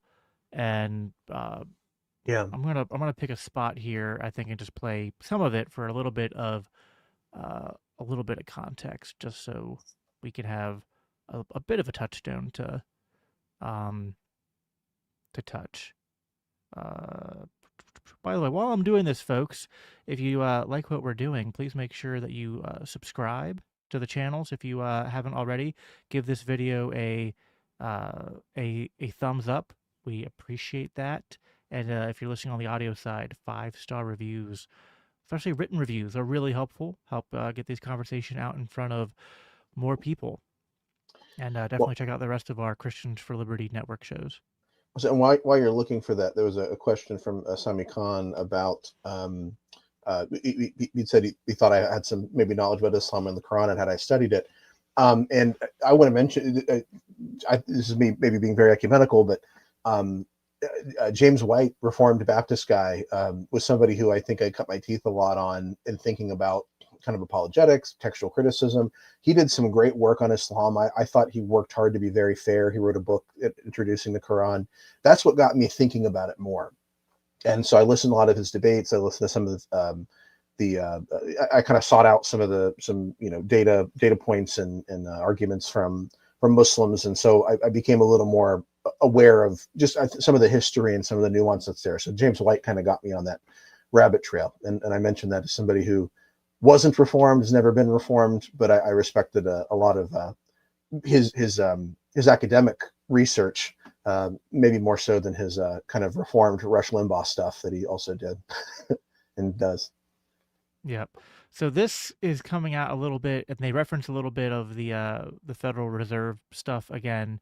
And if we had more time, I'd love to dive more into the Federal Reserve and the economic side of this all, but just we can't touch everything they talked about. Although I do think Coleman kind of he was like, let's talk about what Ron Paul's point about the Federal Reserve was, and just reduce it down to the Federal Reserve leads to the warfare state or something. And I was like, well, yeah, it's part of it, but there's so much more about what Ron Paul talked about with the Federal Reserve. It wasn't just about war. I mean, it is all connected, but that's more economics and stuff. So we're not gonna, I think, touch on that on this stream. But let me go ahead and bring this up, and I'm playing this on 1.5 speed. I might let it play for a little while, and I'll kind of find a natural stop. We're not gonna be able to cover everything they said on this subject, but I want to just have it be some of the disagreement be shown, so that I can kind of chime on it a bit more specifically. Well, so if you're listening to this later, make sure you turn down the speed now. Yeah, right. And turn it up once we're done playing the clip. Washington, D.C., and then point out the one area where they didn't get the policy that they wanted, or they didn't get their A plan and only got their B plan. Okay, but then if you zoom out, you can look at how the whole system is rigged in their favor. They get free money and then lend it out to the American people. I think it seems to be working out pretty good for them rigging the system. But onto the Israel lobby thing. I mean, look, again, this isn't refuting any of what Mearsheimer said. Mearsheimer simply claimed that because you're talking about AIPAC, and he's talking about the entire lobby. No. Those numbers I gave were the entire pro-Israel lobby, of which AIPAC is something like half. Okay, fine. But you're talking AIPAC and the American Enterprise Institute and the Washington. I'm talking about every organization that's listed under the pro-Israel lobby on OpenSea. But what he's talking about for most of the book, which is really what I'm always hammering down. I mean, look, there's no question like AIPAC supported the war, and some of these other, or the American Enterprise Institute, they all supported the war and they threw money toward that and they lobbied for it. But this was a neoconservative war. I mean, I don't think there's any chance. Look, the Iraq war was highly debated. It was contested. It was contested in Congress. There were people who were against it. There were uniformed military people who were against it. There were people at the State Department who were for it. And the neocons were the ones who really pushed it through. And look, I mean, Coleman, you look at who the neocons were, okay? In their own words, they have deep loyalty to Israel. Every last one of them has said in their own words that they have a deep commitment toward Israel. They're writing all of their policy papers through the 1990s on how we have to overthrow the government in Iraq as part of this clean break strategy on behalf of Israel. And then they are all of George W. Bush's men. Literally, once the towers come down, George W. Bush is in the White House. It's a project for a new American century, all down his staff, down from his defense secretary, his vice president, and all of their men. They're at the State Department, the Defense Department. And so it is not going out on a limb to say, yeah, this war doesn't happen without the neoconservatives. And I think John Mearsheimer very reasonably puts them as part of the Israel lobby. All you have to do is read their own words. It's not like I'm putting together some conspiracy. By the way, I love that Mearsheimer points out in that book, because I do think there's a real interesting point to make, that he's not saying it was a Jewish war. Like, the Jewish people in America actually opposed the war in Iraq much more so than just about any other group. I think the polling data was they were way out ahead against the war in Iraq. I forget the exact numbers. Yes, but there's no question that, call it whatever you want to. I mean, like they would basically through the 90s self-identify as the American version of the Likudnik party, but whatever you want to call it, these group of people who have in their own words admitted they have like profound loyalty and connection to Israel pushed for this war, and they had written in their own words that a huge part of it was because this was the strategy to help Israel. None of this is true, Dave. Okay, so let's look yes, it is. It's all true. Let's look at their own words. Project for a New American Century is founded in 1998. If you go to their archive online, you can find the earliest thing written about Iraq by a member. The earliest thing is written by John Bolton in 1997. Here's the first sentence of the earliest thing written on the PNAC archive. You might think the United Nations would want to punish Saddam Hussein for disrupting and nearly killing the UN's own efforts to eliminate Iraq's weapons of mass destruction. Instead, the UN Security Council effectively rewarded him. The next year, when the PNAC is actually founded, as you know, they write a letter to Bill Clinton. Now, this is the first time that PNAC, the neocons, call for the ouster of Saddam Hussein. Right, publicly. No, it's the first time the Project for a New American Century called for him. It's not the first time the neocons publicly called for him. Right. But it's not, no, you said the neocons. It's not the first time the neocons had called for it publicly. Correct. We'll get to that. Apologies. So the first time PNAC calls for the ouster of Saddam Hussein in 98, they write a letter to Bill Clinton. The entire letter is about the fact that Saddam has WMDs or is pursuing WMD, and we can't let it happen. And this is how the letter ends. We urge you to act decisively. If you act now to end the threat of weapons of mass destruction against the U.S. or its allies, you will be acting in the most fundamental national security interests of the country. If we accept it, blah, blah, blah, blah. Okay. So Israel is mentioned once in that letter, and it's grouped in with all of our other allies in the region. It's like they say, also, this will be good for Israel and Jordan and our other allies in the region. So PNAC, this idea that the Project for a New American Century, that you and I both agree is a good bellwether for the neocons, was not using the WMD argument. It was their main argument. It was almost their only argument long before Iraq. Now let's get to this. No, but this is, wait, hold on, but Coleman, this is just not right. I mean, you've read A Clean Break, a new strategy for securing the realm and coping with crumbling states. That wasn't about U.S. foreign policy. That was a recommendation for Israeli foreign policy. Yes, okay, but you're just saying they talk openly about wanting to overthrow Saddam Hussein for the Clean Break strategy. Like, so, okay, like, yes, in the letter to Bill Clinton, they didn't say that, but they had written openly about this. No, it's the entire strategy that they laid out, and we also have a 4-star general who's on record saying that he saw these plans, that they were going to go overthrow all of these governments. Let's deal with one at a time. By the way, I know this is a little long, but they're getting to the kind of like most important bit here that I want to respond to. Anyway, I just wanted to well, I'm not just forgetting to pause it. We're almost there. Sure. The Clean Break Memo, written by Richard Pearl, Douglas Faith, all these neocons. David Wormser. In 1996. It is a recommendation to Israel, to the Likud, to Benjamin Netanyahu, to say, here are some things we think that Israel should prioritize. It is not a recommendation about what American foreign policy should prioritize. That's the first thing to note. The second thing to note is that when that paper advocates overthrowing Saddam, the point of overthrowing Saddam was to replace him with a Hashemite monarch that would be friendly to Israel, like Jordan is friendly to Israel. That's the whole point. The point of deposing Saddam was not to replace it with a democracy. That is nowhere in the Clean Break Memo. So question for you, if the Clean Break Memo was some kind of blueprint, why didn't we even make an attempt to replace Saddam with a Hashemite monarchy? Oh yeah, I mean that's a good point. I think the whole thing fell apart, right? I mean, like we never even contemplated it. We never even floated the idea. So well, no, how could it be therefore true that the clean break memo is some kind of blueprint? Well, Shalaby was like Judith Miller's big source on the whole thing, right? I think that a lot of the neocons seem to really believe that that was going to be what happened, and that's not what happened after they invaded the country. But Coleman, I mean, like you're sitting here saying like, okay, so these people are like. They're writing to Benjamin Netanyahu saying, here's the strategy for a clean break to get away from the peace process so you don't have to give up a Palestinian state and you can keep the status quo going. And so what we think you ought to do for that is overthrow this guy Saddam Hussein. And then you have them advocating for overthrowing Saddam Hussein for years more after that. Then they actually get into power and they do the thing. And we're supposed to pretend like that there's no connection there. I'm not like connecting wild dots. I'm saying like they've said this is what their interest was. This is why they wanted it done. And then they did the thing. No, it's not true. I mean, it's not true because Richard Pearl was not saying what America should do. He was saying what he thought Israel should do. What we ended up doing was not what was in the clean break memo. Your whole argument is that what we ended up doing was what was in this memo. It's not true. We deposed Saddam and we... All right. So I think that's sufficient for what I want to get at, because this is the part in the... Because like you recommended this, and then I don't think you finished it first, then Doug finished it. And Doug was like, yeah, I think Coleman gave Dave like the best run for his money I've ever seen out of anyone on this stuff. And then when I got to this part, I was like yelling at my phone and sending Doug angry messages like, what are you kidding? What? Ah! I was just like, just totally triggered because I was just like, such a dumb argument. And I think Dave was trying to call it out, but like to me, and I want to get into some of the facts here, but just the big picture, I felt like his argument is like analogous to this. If like I said my plan, like you're in the court of law, and let's say like you're prosecuting a man who went and killed his boss because he was like a disgruntled employee, and they searched the man's house. They found like his private writings, like a journal, whatever, and then his defense attorney said, okay, so how was this boss killed? Oh well, he was shot. Ah, well, you see, in the plans you have of like my client here, he lays out detailed plans about killing his employer. But see, his plan was to go in and to stab him, not to shoot him, or something like that, right? It's just like, okay, like this whole thing, like, well, I know that they advocated for overthrowing Saddam in Iraq, but like, they wanted to institute a monarchy, not a democracy. So it's not relevant at all. I was just like, I just felt like that was such a, like, and I'm not, I don't know, like, I want to assume good faith whenever I can.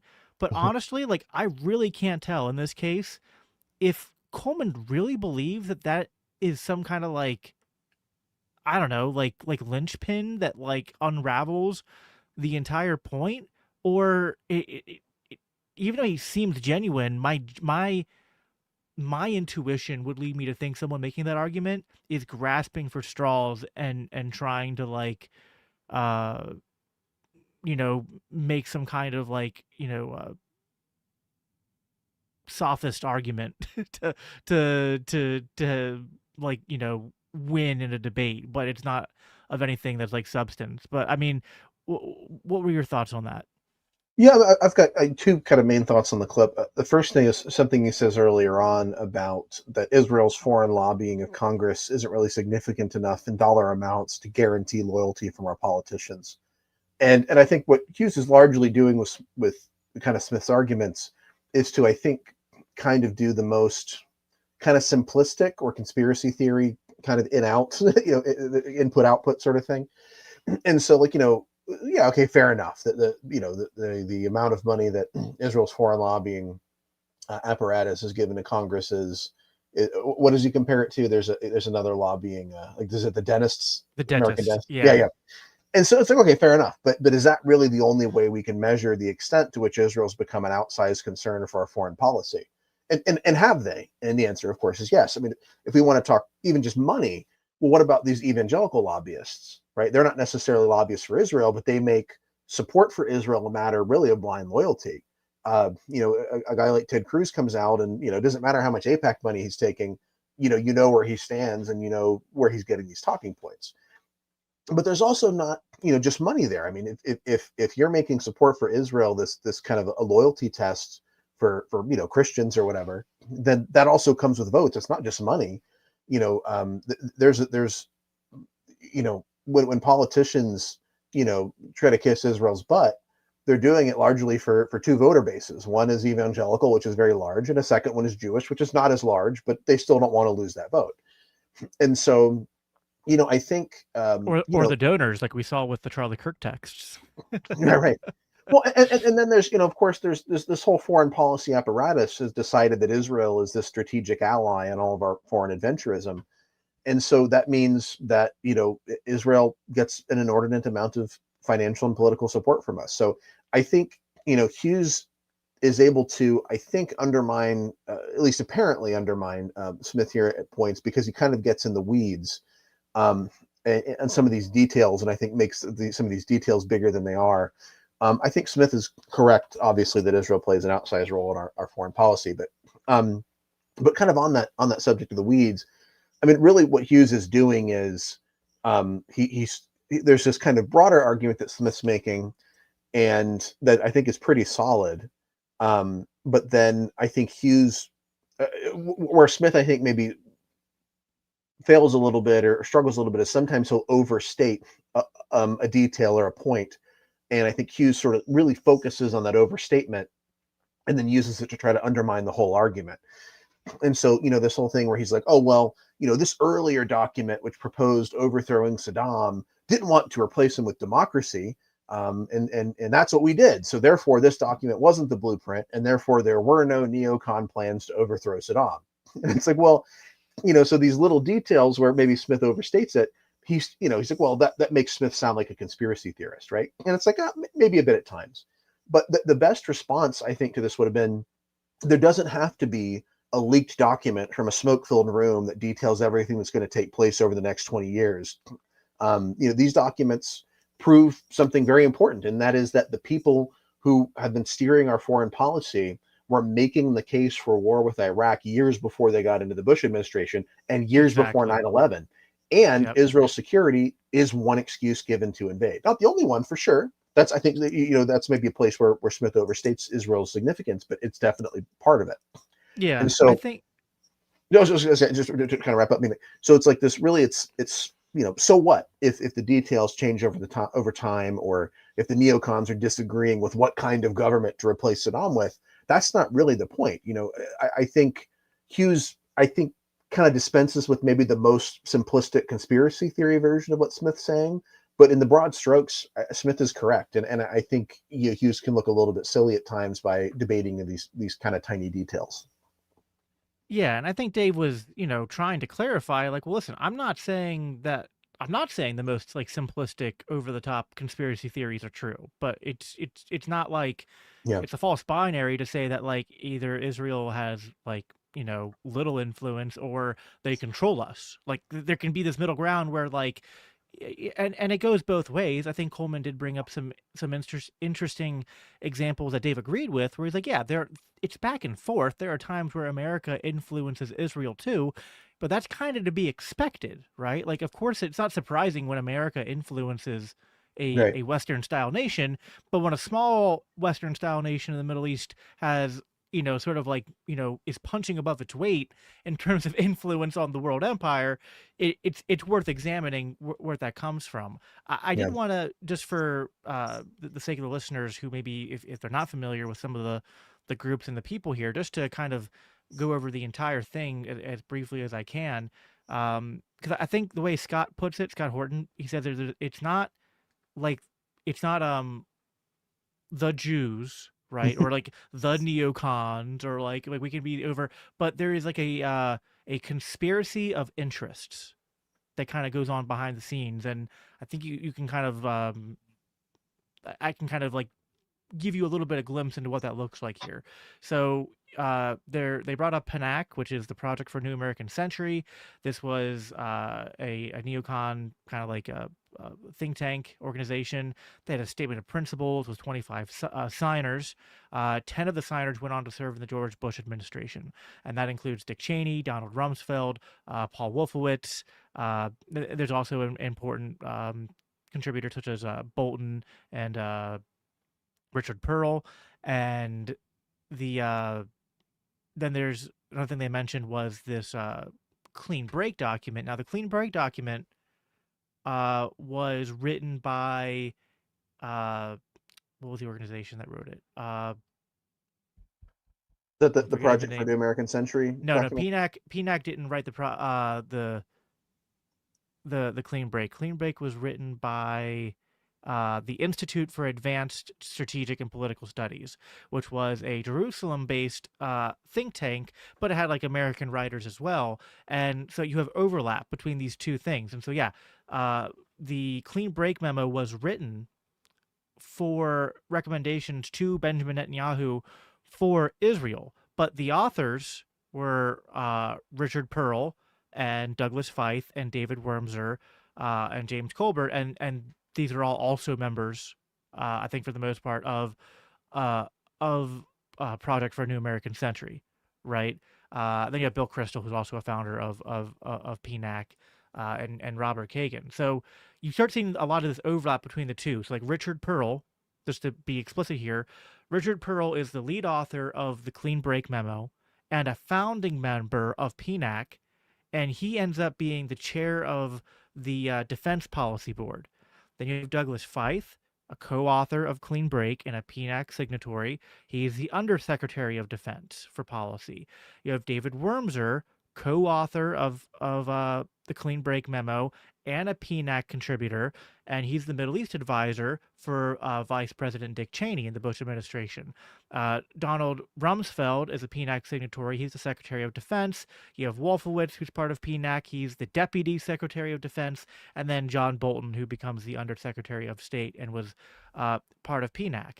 So you have a lot of this overlap, and you have on one hand them recommending to Israel, Americans recommending to Israel, you should overthrow Iraq for these reasons.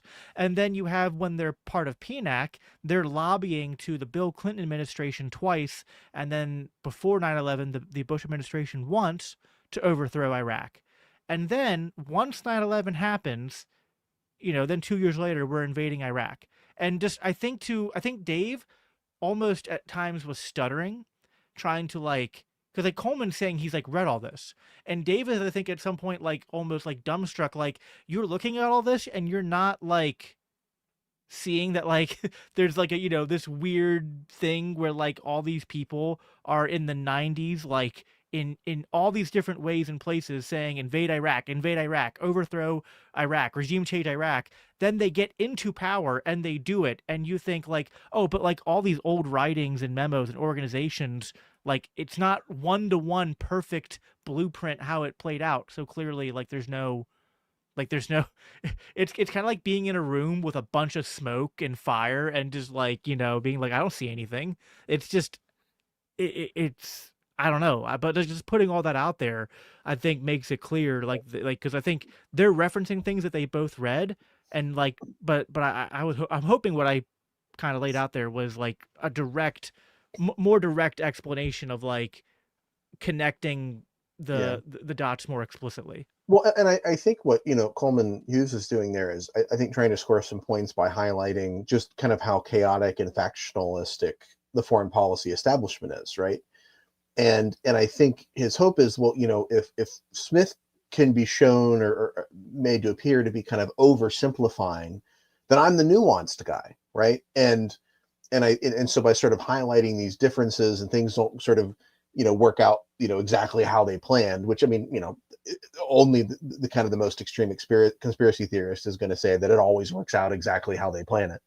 I think Hughes sort of feels like, well, then I've won the argument. But I think what Smith is really sort of saying is that yeah, there are factions, and sometimes a certain faction wins out. Like for example, when all the people who were saying we should invade Iraq end up in Bush's foreign policy team. And yes, I mean, and then they do this thing that they said they were going to do. And so I think Smith makes a pretty reasonable case that these neocons who wanted to get us entangled in all these wars after 9/11 were winning that argument in the first Bush administration, that despite the fact that there's different factions and different opinions, there's a faction that's winning, and they're the ones who were making this plan all along. Right, exactly. And the whole point to looking back to PNAC and a Clean Break and even like some of their private writings in other contexts and like articles that they would write for various outlets is to show that like the Iraq war was not like 9/11 happened, and then in a vacuum, these people just like suddenly were like, oh, uh, and now we think there's a link between Iraq and Al Qaeda, and there might also be weapons of mass destruction. And like, it's one thing if like, without all this stuff we've laid out, then the official narrative where it's like Iraq was like a happy accident, or sorry, not happy, like a sad accident, is easier to sell.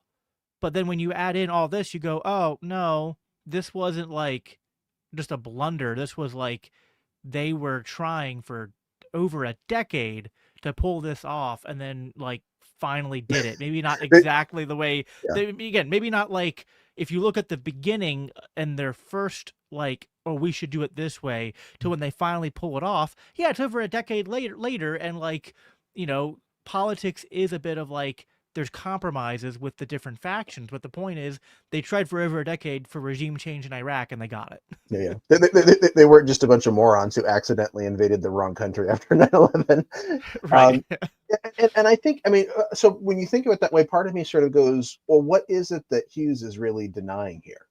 And I think largely, I guess what he's trying to sort of say is that, well, it's not a big conspiracy theory, but like, okay, fine. But we agree that there are people who were in the Bush administration and that years before had wanted to do this thing, who were talking about this thing. It was something that they were thinking about, concerned about. And so, is it a surprise when they have an opportunity to do it and they do it? Even if you give them the benefit of the doubt and kind of, say what they're doing in the most, kind of steel man way, they wanted to do this thing. They thought this thing was a good thing to do. They thought it was going to be in our foreign policy interests to do it, and they did it. And so, it's hard for me to really understand what really is the objection that Hughes is making here. All these people wanted to do this thing. It made sense to them, and they did it. I don't know. What's the argument? I didn't make sense to me either. Let's play. We got a couple more clips here. So I'm gonna pull this up here and switch screens and unmute this time. I think that really had nothing to do with the Israel lobby. I don't think the war in Yemen, despite the tensions with the Houthis and the Israelis over the last couple of years, I don't think that backing the Saudi war in Yemen had anything to do with Israel. So I think he got on board for his own reasons. He probably, my suspicion would be that in the wake of 9/11, he thought it was the best political move for him to make would be to be absolute best friends with George W. Bush and get on board with whatever he was saying. And you're absolutely right that British intelligence was amongst the worst offenders of pumping out all types of garbage lies to get us into that war. So I think. But presumably, if he was motivated, I would say, I'm sure political calculation is never 0% of the story in these cases, but it was not a very good political calculation for him. And whenever he justified it, he had this liberal interventionist philosophy that the armies of modern Western societies have a duty to overthrow terrible dictators. That's how he made the case, basically. Yeah, and I think and that's true. And presumably, a lot of his contemporaries in America were awash in the same ideas. And if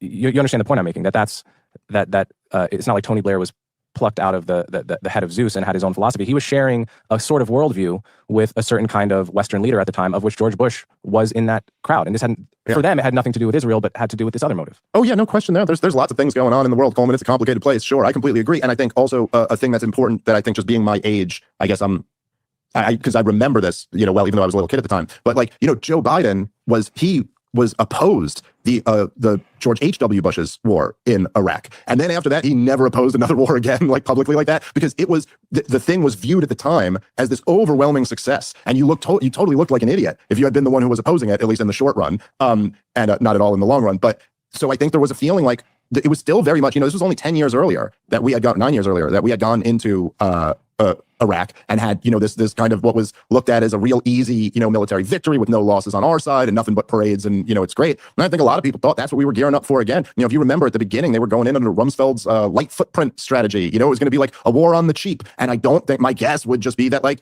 yeah, probably a lot of people, especially people in power, I think it's very easy and very intoxicating for them to be like, yeah, we'll remove Saddam Hussein and then everything will be better. And that'll be, we'll go down as we did this really great big thing together and that'll be cool. And I don't think that many of them thought the civil war in Iraq would go as bad as it did. I mean, I think, honestly, even of the people who were anti-war, I think it would have been hard to predict how terrible. Do you blame us? Do you blame America 100% for? All right, I think that's about what we were looking for there. So I think it's again touching a little bit on the how much influence does Israel have? Because like, Britain's reasons for doing things weren't Israel, and I think, you've said this a couple times, Cody. I do think Coleman is, if his goal was like, I don't know what he thinks Dave thought. So like, it's hard for me. Like, I know what Dave thinks, so it's hard for me to like try to put myself in the head of like what Coleman might have thought Dave thought. But if Coleman's just trying to like push back against like the worst conspiracy theories and the radical anti-Semitism online that literally thinks that like Israel is the font of evil that is responsible for every bad thing that's ever happened ever, then I guess mission accomplished, and I guess there's some utility to that, but yeah, I don't know. Was there anything that you wanted to add? Because I guess to me, it's like I guess Coleman was correct in uh, getting that out of Dave if he felt like that needed to be gotten out. Yeah. But then it just felt like, okay, but like, can we focus on again some more of these middle grounds, or is it just like, okay, it wasn't, Israel is not responsible for everything, so Yeah. therefore we're just now kind of like stuck in a position where we can't look at the history, look at any of the like, I don't know, like, I don't know what the middle ground is. Like, maybe we don't want to say it's conspiracy theorizing, but like, I don't know, like, isn't it part of journalism to like, I don't know, investigate governments and look for uh corruption and like look at agendas and like, I mean, politicians aren't these doves that just show up every day to work with like no agenda, clean slate, just be like, boy, I hope I can do really good for the country today. Well, Right. but I mean, let's say that they are, though, right? So, I mean, Holman works, I think, really hard to make this case for the foreign policy establishment. They're just a bunch of regular people who want to make the world a better place by the strategic use of American troops. Yeah, they fight amongst themselves and sometimes they get it wrong, but we're darn lucky to have them, and we should give them the benefit of the doubt. And I think there's something that's more believable about this framing than like a conspiratorial approach, right? Where everybody just comes into work, it sounded like Alex Jones there for a second. And so, yeah, it's if it's are they people who mean well, whether you like what they do or not, or are they evil, like intentionally evil? And like obviously the first one makes more sense, right? And so I think my biggest issue with that sort of framing is that it goes overboard to paint them as good people who really shouldn't be held accountable when their decisions result in massive loss of life.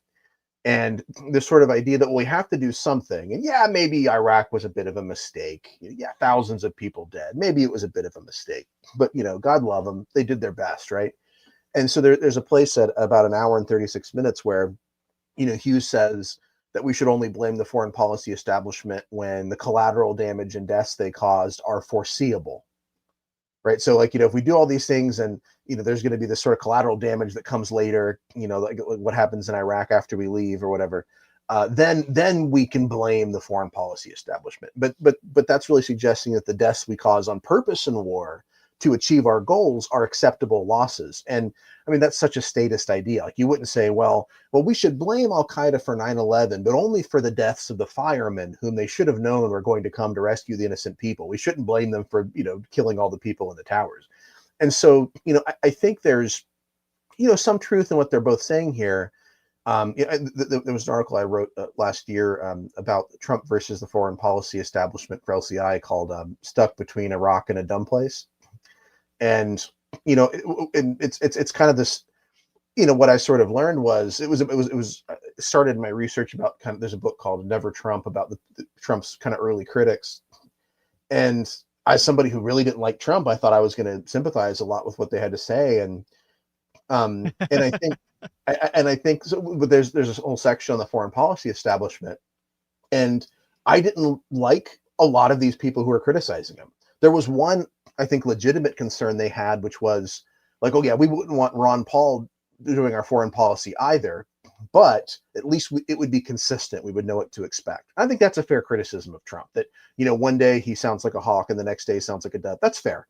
But a lot of it was just sort of like, we, the experts, have this sort of approach where we're sort of always putting our fingers in all these different pies, and we don't want somebody who is going to challenge our expertise or who's going to want to approach us differently. Like this military industrial complex thing is a necessity. We have to do it.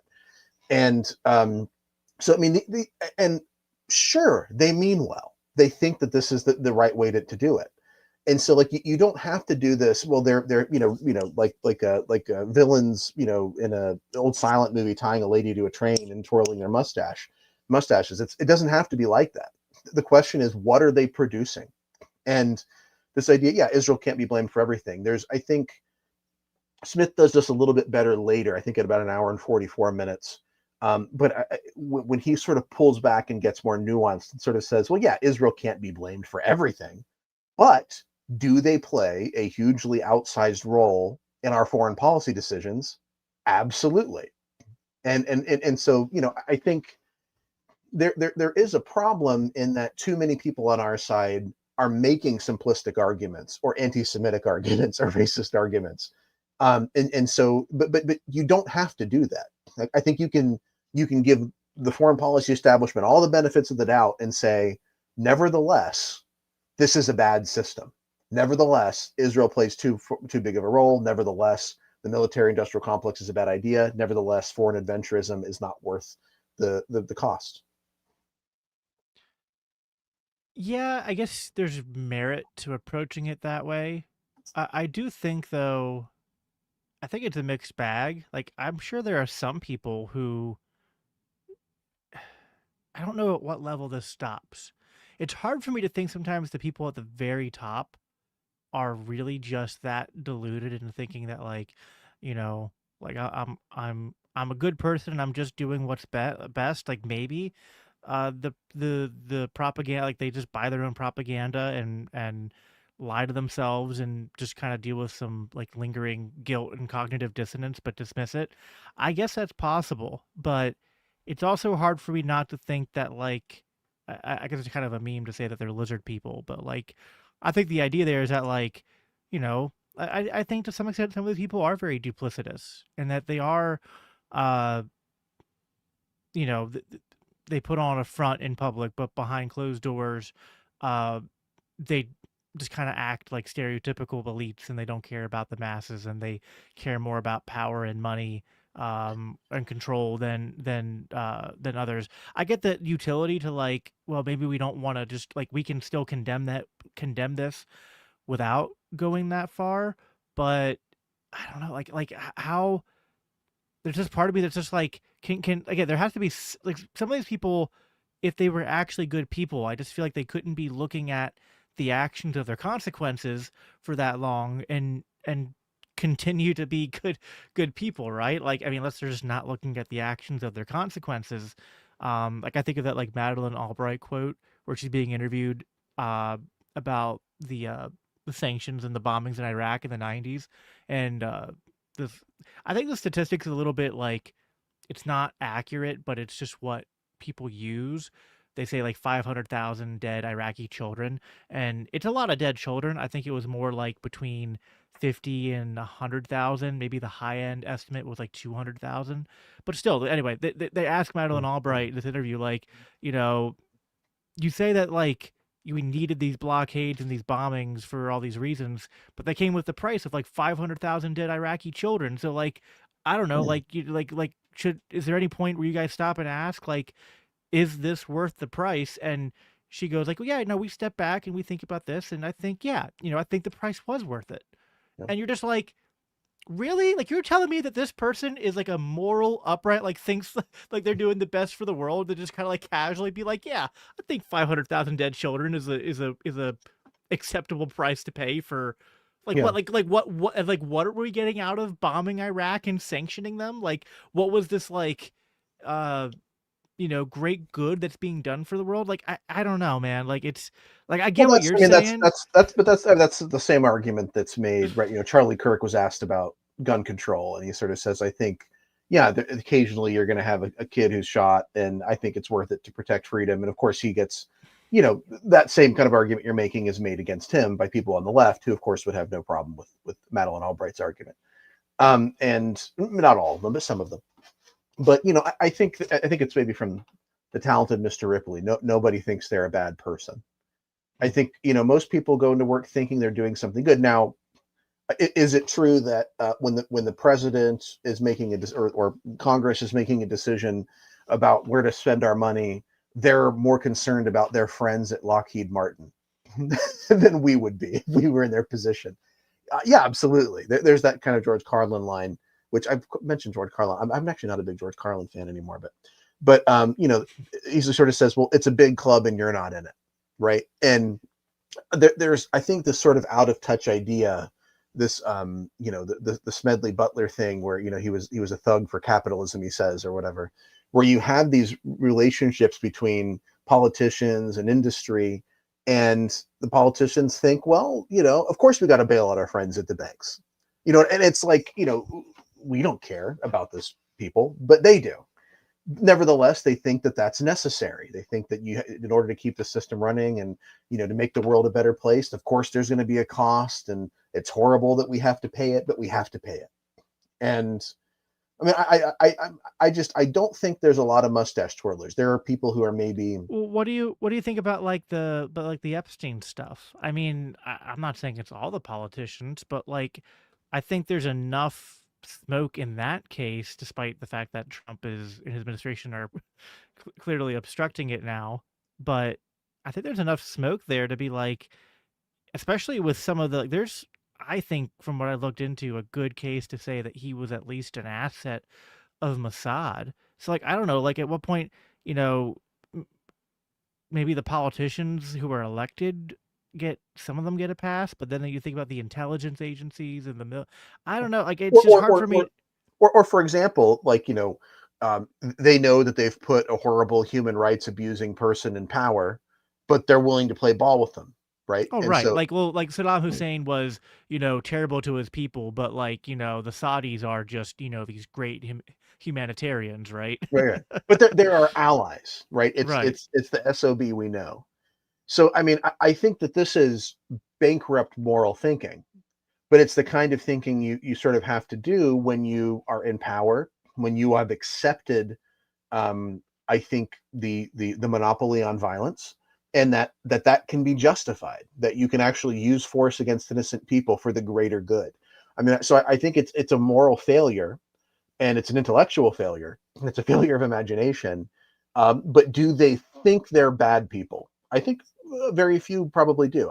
I'm sure there's selfish people and people that if you kind of ask them, they would sort of joke and say, yeah, I'm a narcissist, I'm a whatever. But and I think that there's, they've talked about this kind of a high concentration of, sociopathic thinking amongst politicians. But I still think that they're doing a calculus that they think is moral. I mean, most of them, if not all of them. Yeah, I don't know. I guess it just depends on. I gotta go back to the Epstein thing. I'm I don't know what moral calculus goes into covering that up. That Yeah. just seems on top of. I'm just at some point the layers of hundreds of thousands of dead civilians and covering up pedophile sex trafficking rings. I'm just it's Well, I mean, you grew up in a, I think Pennsylvania's a fairly conservative leaning state most of the time, right? Yeah. And It's one of those states where it tends to be voting blue because of the cities, but geographically speaking, most of the state is red. Yeah. Well, and you're a little younger than me, but you were around during the Iraq War. I mean, you don't have to be a politician to make justifications for horrible things that people do in war. And I mean, there's regular people who are sitting there, saying God bless America and God bless George W. Bush, and let's get those SOBs, and they mean well and they think they're doing the right thing. I mean, we talked about the dispensational, aspect of kind of supporting Israel, no matter what they do. We want to be blessed, and God's going to bless us if we bless Israel. And it doesn't matter how many kids they kill. They're God's people. They're judged by a different standard. And so, I mean, and I come from, more of a tradition that's more Anabaptist, it's more pacifistic. And I think if I'm not willing to try to give people the benefit of the doubt, then I think I'd have to say that almost everybody is a POS. and I don't want to do that, because I know that there are people who I care about, who I think are basically good people, who justify horrible things. And I think it's because, I mean, they're they have like voting for accepted. Trump. Yeah, well, yes, for example, but there's this faulty premise that's there, and part of it is statism for sure. But so I don't know. I'm willing to give some benefit of the doubt, even though I think that it's I kind can of goes give back. some. I just Yeah, think that there's got to be at least a handful that I think. I mean, I get your point. Like maybe they're not all mustache twirlers, but there's at least a few. I mean, there's it's probably hard for me some. to. But I, I'd say never attribute to malice what can be attributed to incompetency or stupidity or ignorance. fair enough. All right, let's play at least one or two more clips here before we get going. Is foreseen to some extent at the anti-Vietnam War faction's feet. No, I think it's look. Is it not a similar case in terms of I knowing really that our foreign policies carry a risk of Group B killing Group C, even though we're not pulling the trigger, and we do it anyway, knowing that it's a risk? Yeah, it's much murkier and much more complicated, I think, to draw that line. Like if I go, if there's something going on at my neighbor's house and I grab my gun and run over there and I shoot in the window and I end up killing somebody inside, like I'm responsible for that in some way. If there's a schizophrenic person in the house and I hand them a loaded gun and they go kill someone, I'm responsible for that in a very direct way. If I just stay in my house and something real bad happens in my neighbor's house, I'm not responsible in the same type of direct way. And so, yes, millions of people died after we left Vietnam. Millions of people also died while we were fighting a war in Vietnam. I think that's a much tougher, like, straight lines of there being guilt on behalf of people advocating that we stop bombing the place. But it was predicted. I mean, domino theory was mainstream at the time, and sure, people knew this was a risk, and sure enough, it happened. Okay, let's move on. You mentioned Rumsfeld earlier. So I think the thing we wanted to talk about was we're talking about foreign policy and the considering of different consequences. I think this has come up several times now. Like, well, can there be, an intervention where, like, if we're pretty sure it's going to save lives, then we're going to get out? Is that justified? And then, like, if we're going to hold governments accountable for the perhaps in his mind unforeseen consequences or potentially foreseeable consequences of intervention, do we hold them for then the consequences of pulling out? But I mean, I think again, there's where does the limiting principle on this? B, the thing I want to say this earlier, and this is a good time to bring it up.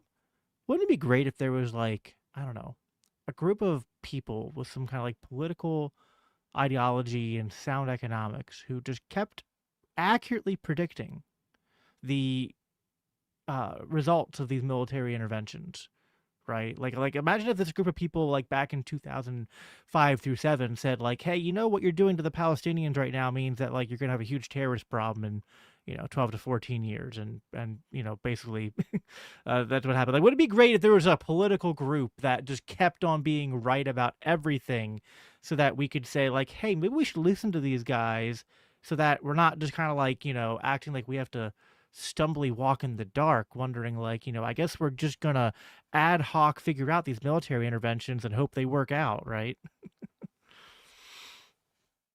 Yeah, no, I think Smith is correct here that who do you blame for, so you have a war, somebody starts it, right? And then there's this concern, well, what happens if, the anti-war people want us to pull out? Are they then responsible when we pull out and think bad things happen? It's like, well, maybe the people who started the war are the people who should be responsible, because eventually you're going to have to pull out. If it's literally, we're going to do this and then we have to stay there forever, then the people who started it are really the people who are responsible for it. And so, like, I understand, like, maybe you can make this sort of argument, like, okay, how about a cautious pullout to try to minimize harm? Like, like people look at Afghanistan and say, we could have done that better. We should have done that better. Okay, fine. I'm sympathetic to that. Like, as much as I'm a non-aggression principle guy, like, I feel the same way about certain aspects of government. Like when I push the button to get rid of the state completely, it's like, No, I mean, there's people that I think that are good people who are relying on Medicaid right now, and I'd like the market to be able to have time to rally, and you know what I mean. So like, I get these sort of arguments about like we've started this thing, we have to you know see it through or whatever, or at least sort of back away in an ethical way. I think part of the problem is though, like when you're there for 20 years, like what was the exit strategy?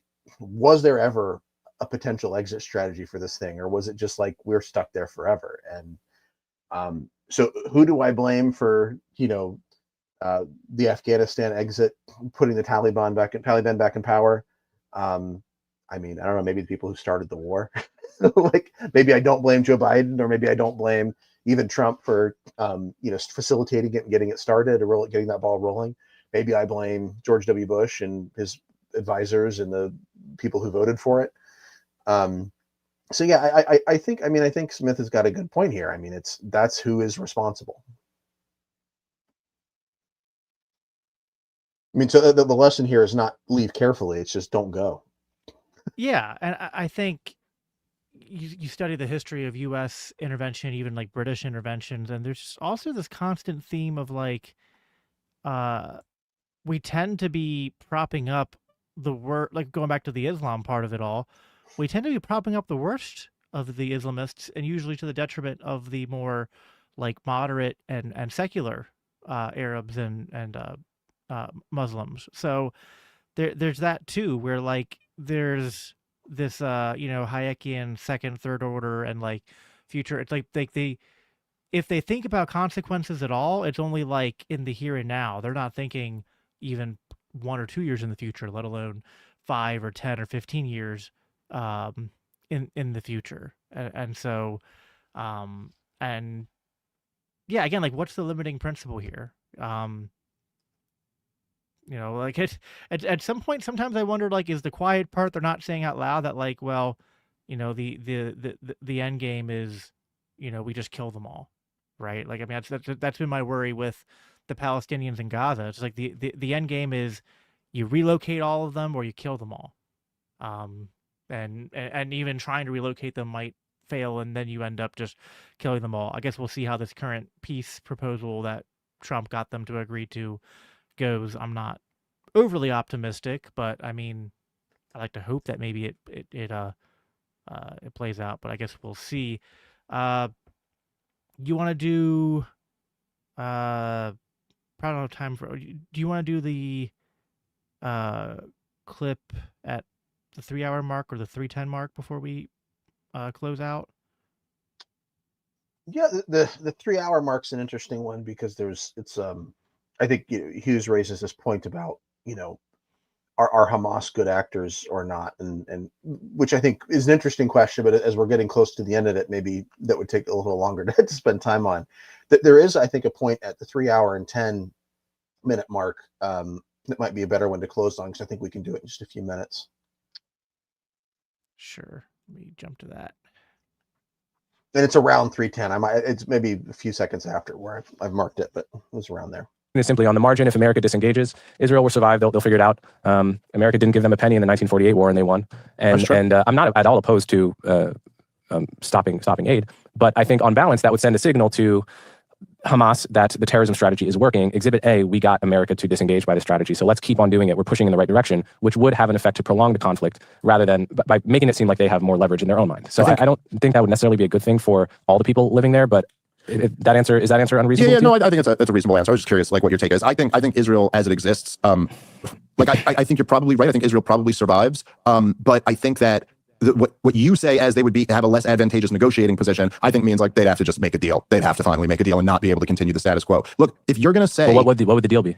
I think the deal would be you mean like a 2-state deal? Something like that, ending the occupation, some type of compromise. I think if you're going to say that, which essentially, correct me if I'm wrong, but if I'm understanding your point correctly, you're going to say that, look, so your response to me is that, like, okay, yes, technically Israel could just stop occupying, but like Israel could just themselves retreat to 67 borders and stop occupying Palestinian territory, but it would be a better, more long-term peace if there was also a partner for peace who goes, okay, we're also on board with this deal and we make guarantees that we won't attack you and stuff like that. I think this is one of the better points of kind of like compromise, agreement that they had towards the end of the conversation was this idea that, like, yeah, obviously, and this kind of gets to what you were going to talk about, the 3 hour mark too, which, we are short on time, so we don't have time to fully unpack this. But yeah, I don't, I don't have any illusions that Hamas is a partner for peace.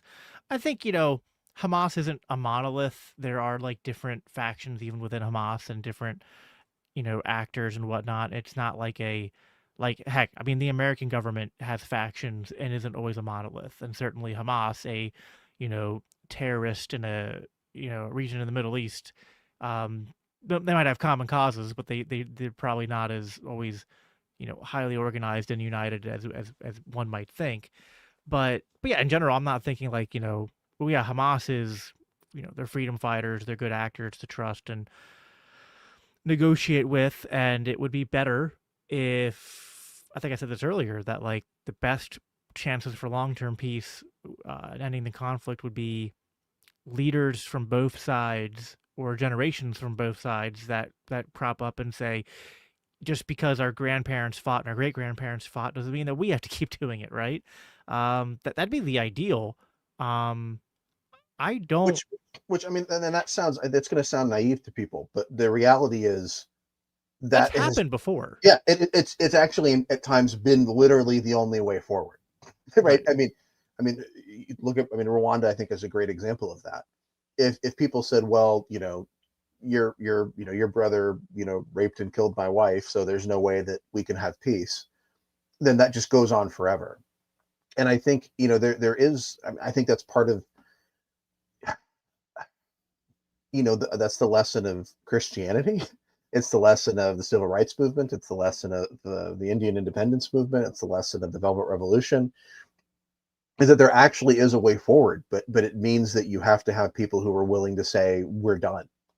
And Yeah, I think that is really scary. Like, I get why people don't want to do that, but at the end of the day, like, I think you have to be willing to do that, or there's just not really a way forward. And so I think it's possible that could happen.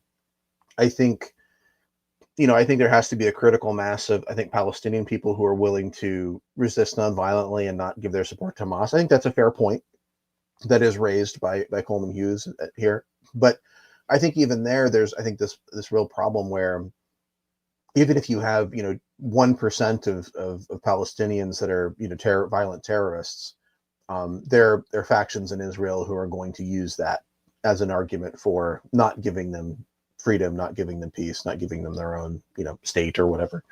and I want to respond to Casimir's comment here. History is filled with people in dire economic conditions that didn't become or advance mass murder. Yeah, fair enough, but I don't think it's just the economic conditions that are driving this. I think it's on both sides. They have these legitimate grievances of like, you killed my father or mother or brother or neighbor, and vice versa, or even if it's just one generation removed, right? You killed my grandfather, and I grew up hearing stories about that, and it's really easy to even like go back to like the history of Zionism and the Jewish people fleeing the pogroms, and then like the Arabs, who some of which did welcome the Jews in with open arms, and then kind of get screwed. Like both groups kind of got screwed by the British at several points in that history. It's tough. Like I don't think anyone who honestly studies the history can just come away and be like, Jews bad or Muslims bad, right? Or vice versa. I think it's also a little naive to be like, well, the Jews were just good or the Muslims were just good, right? Like it's way more complicated and nuanced than that. And so, but what I will say is that Israel, like, so I'm a libertarian, an anarchist, so I don't really believe in the idea of a nation state. But I kind of judge nation states harder than I judge nations that don't have nation states and that are sort of like occupied by nation states. I think it's kind of Dave's point, is that like, I don't have to pretend that Hamas is good or that all Palestinians are good. But now I think Dave is a little inconsistent here because of his border policy, right? But leaving that aside, I think just the critique is just that, like, same with slavery, right? Like the whole like the wolf by the ear quote. And I think Dave's strongest argument, which he didn't really touch on here, but was just that like there were legitimate concerns about like letting the slaves go, and there were slave revolts and things like that. But no matter what, and maybe I think Coleman tried to say, well, but that wouldn't have happened, but maybe it would have. You don't know. And the point is, even if there was evidence that letting the slaves go would have resulted in mass violence, it didn't mean that you were justified in continuing slavery. And I think it's true that there is no justification for continuing to maintain what amounts to closed borders around Gaza. And I know Egypt's responsible for part of that too, so you can criticize them, but Israel is supposed to be this beacon of democracy and Western values, not Egypt, right? So I think that's worthy of critique, and it's the same way I will.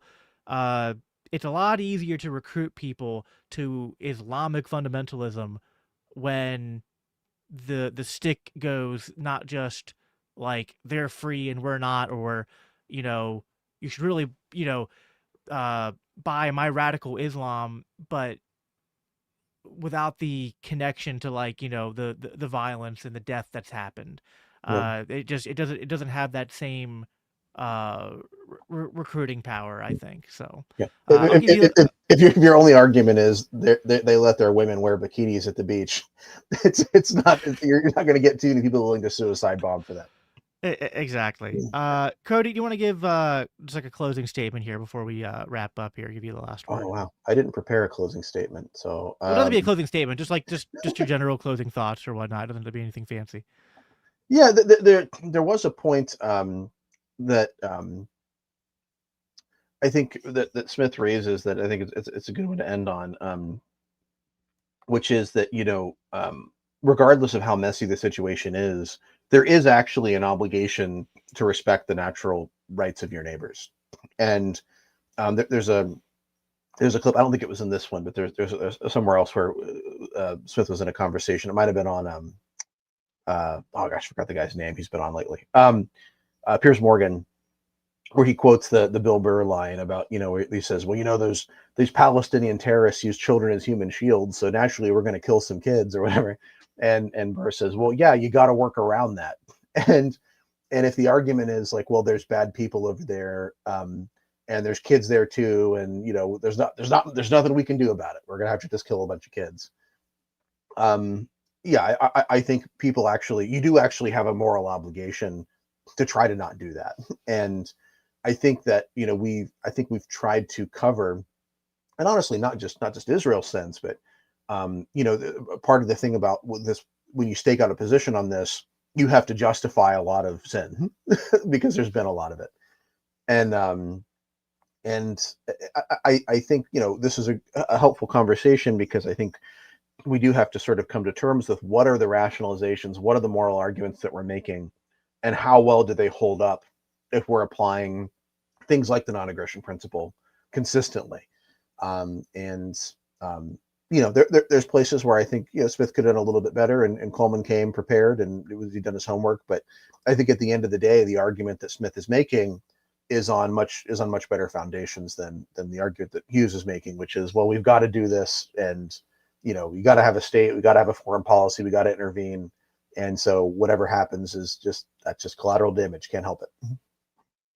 Right, exactly. And I think it's one thing to say, like, I'm not trying to apply a standard of perfection here. Like, listen, I could be sympathetic to like self-defense in war, that like in the heat of the moment you miscalculate, or friendly fire or whatever. But like, I think Chris said it best in our conversation with him. He was like, Israel is really good at times at avoiding civilian casualties, and they advertise those times fairly well. But then it makes the times where they don't avoid the civilian casualties kind of a bit more damning, because it's like we already know that you have the technology and the wherewithal and the knowledge to avoid this, and you're not consistently doing that. So if we're going to say West is best, then that means we hold ourselves to standards that maybe even the enemy doesn't. Otherwise, I don't think you can claim the moral high ground. That's my closing word. So, all right. Well, thanks everybody for tuning in. A lot more that can be said about this subject and will be said in future episodes. I am having Dave DeCamp on the show Monday. That'll be at, I think, 6:30 or like either 6 or 6:30 Eastern time. So make sure you're subscribed so you get notified for that. You follow me at Biblical Anarchy on X. You can follow Cody at Cantus Firmus. We have both of our handles, or at Cantus Firmus CC. We have them both up on our screens right now, so you can check those out. And yeah, that's all we have for you for today's show. As I always conclude by saying, live at peace, live for Christ. Take care.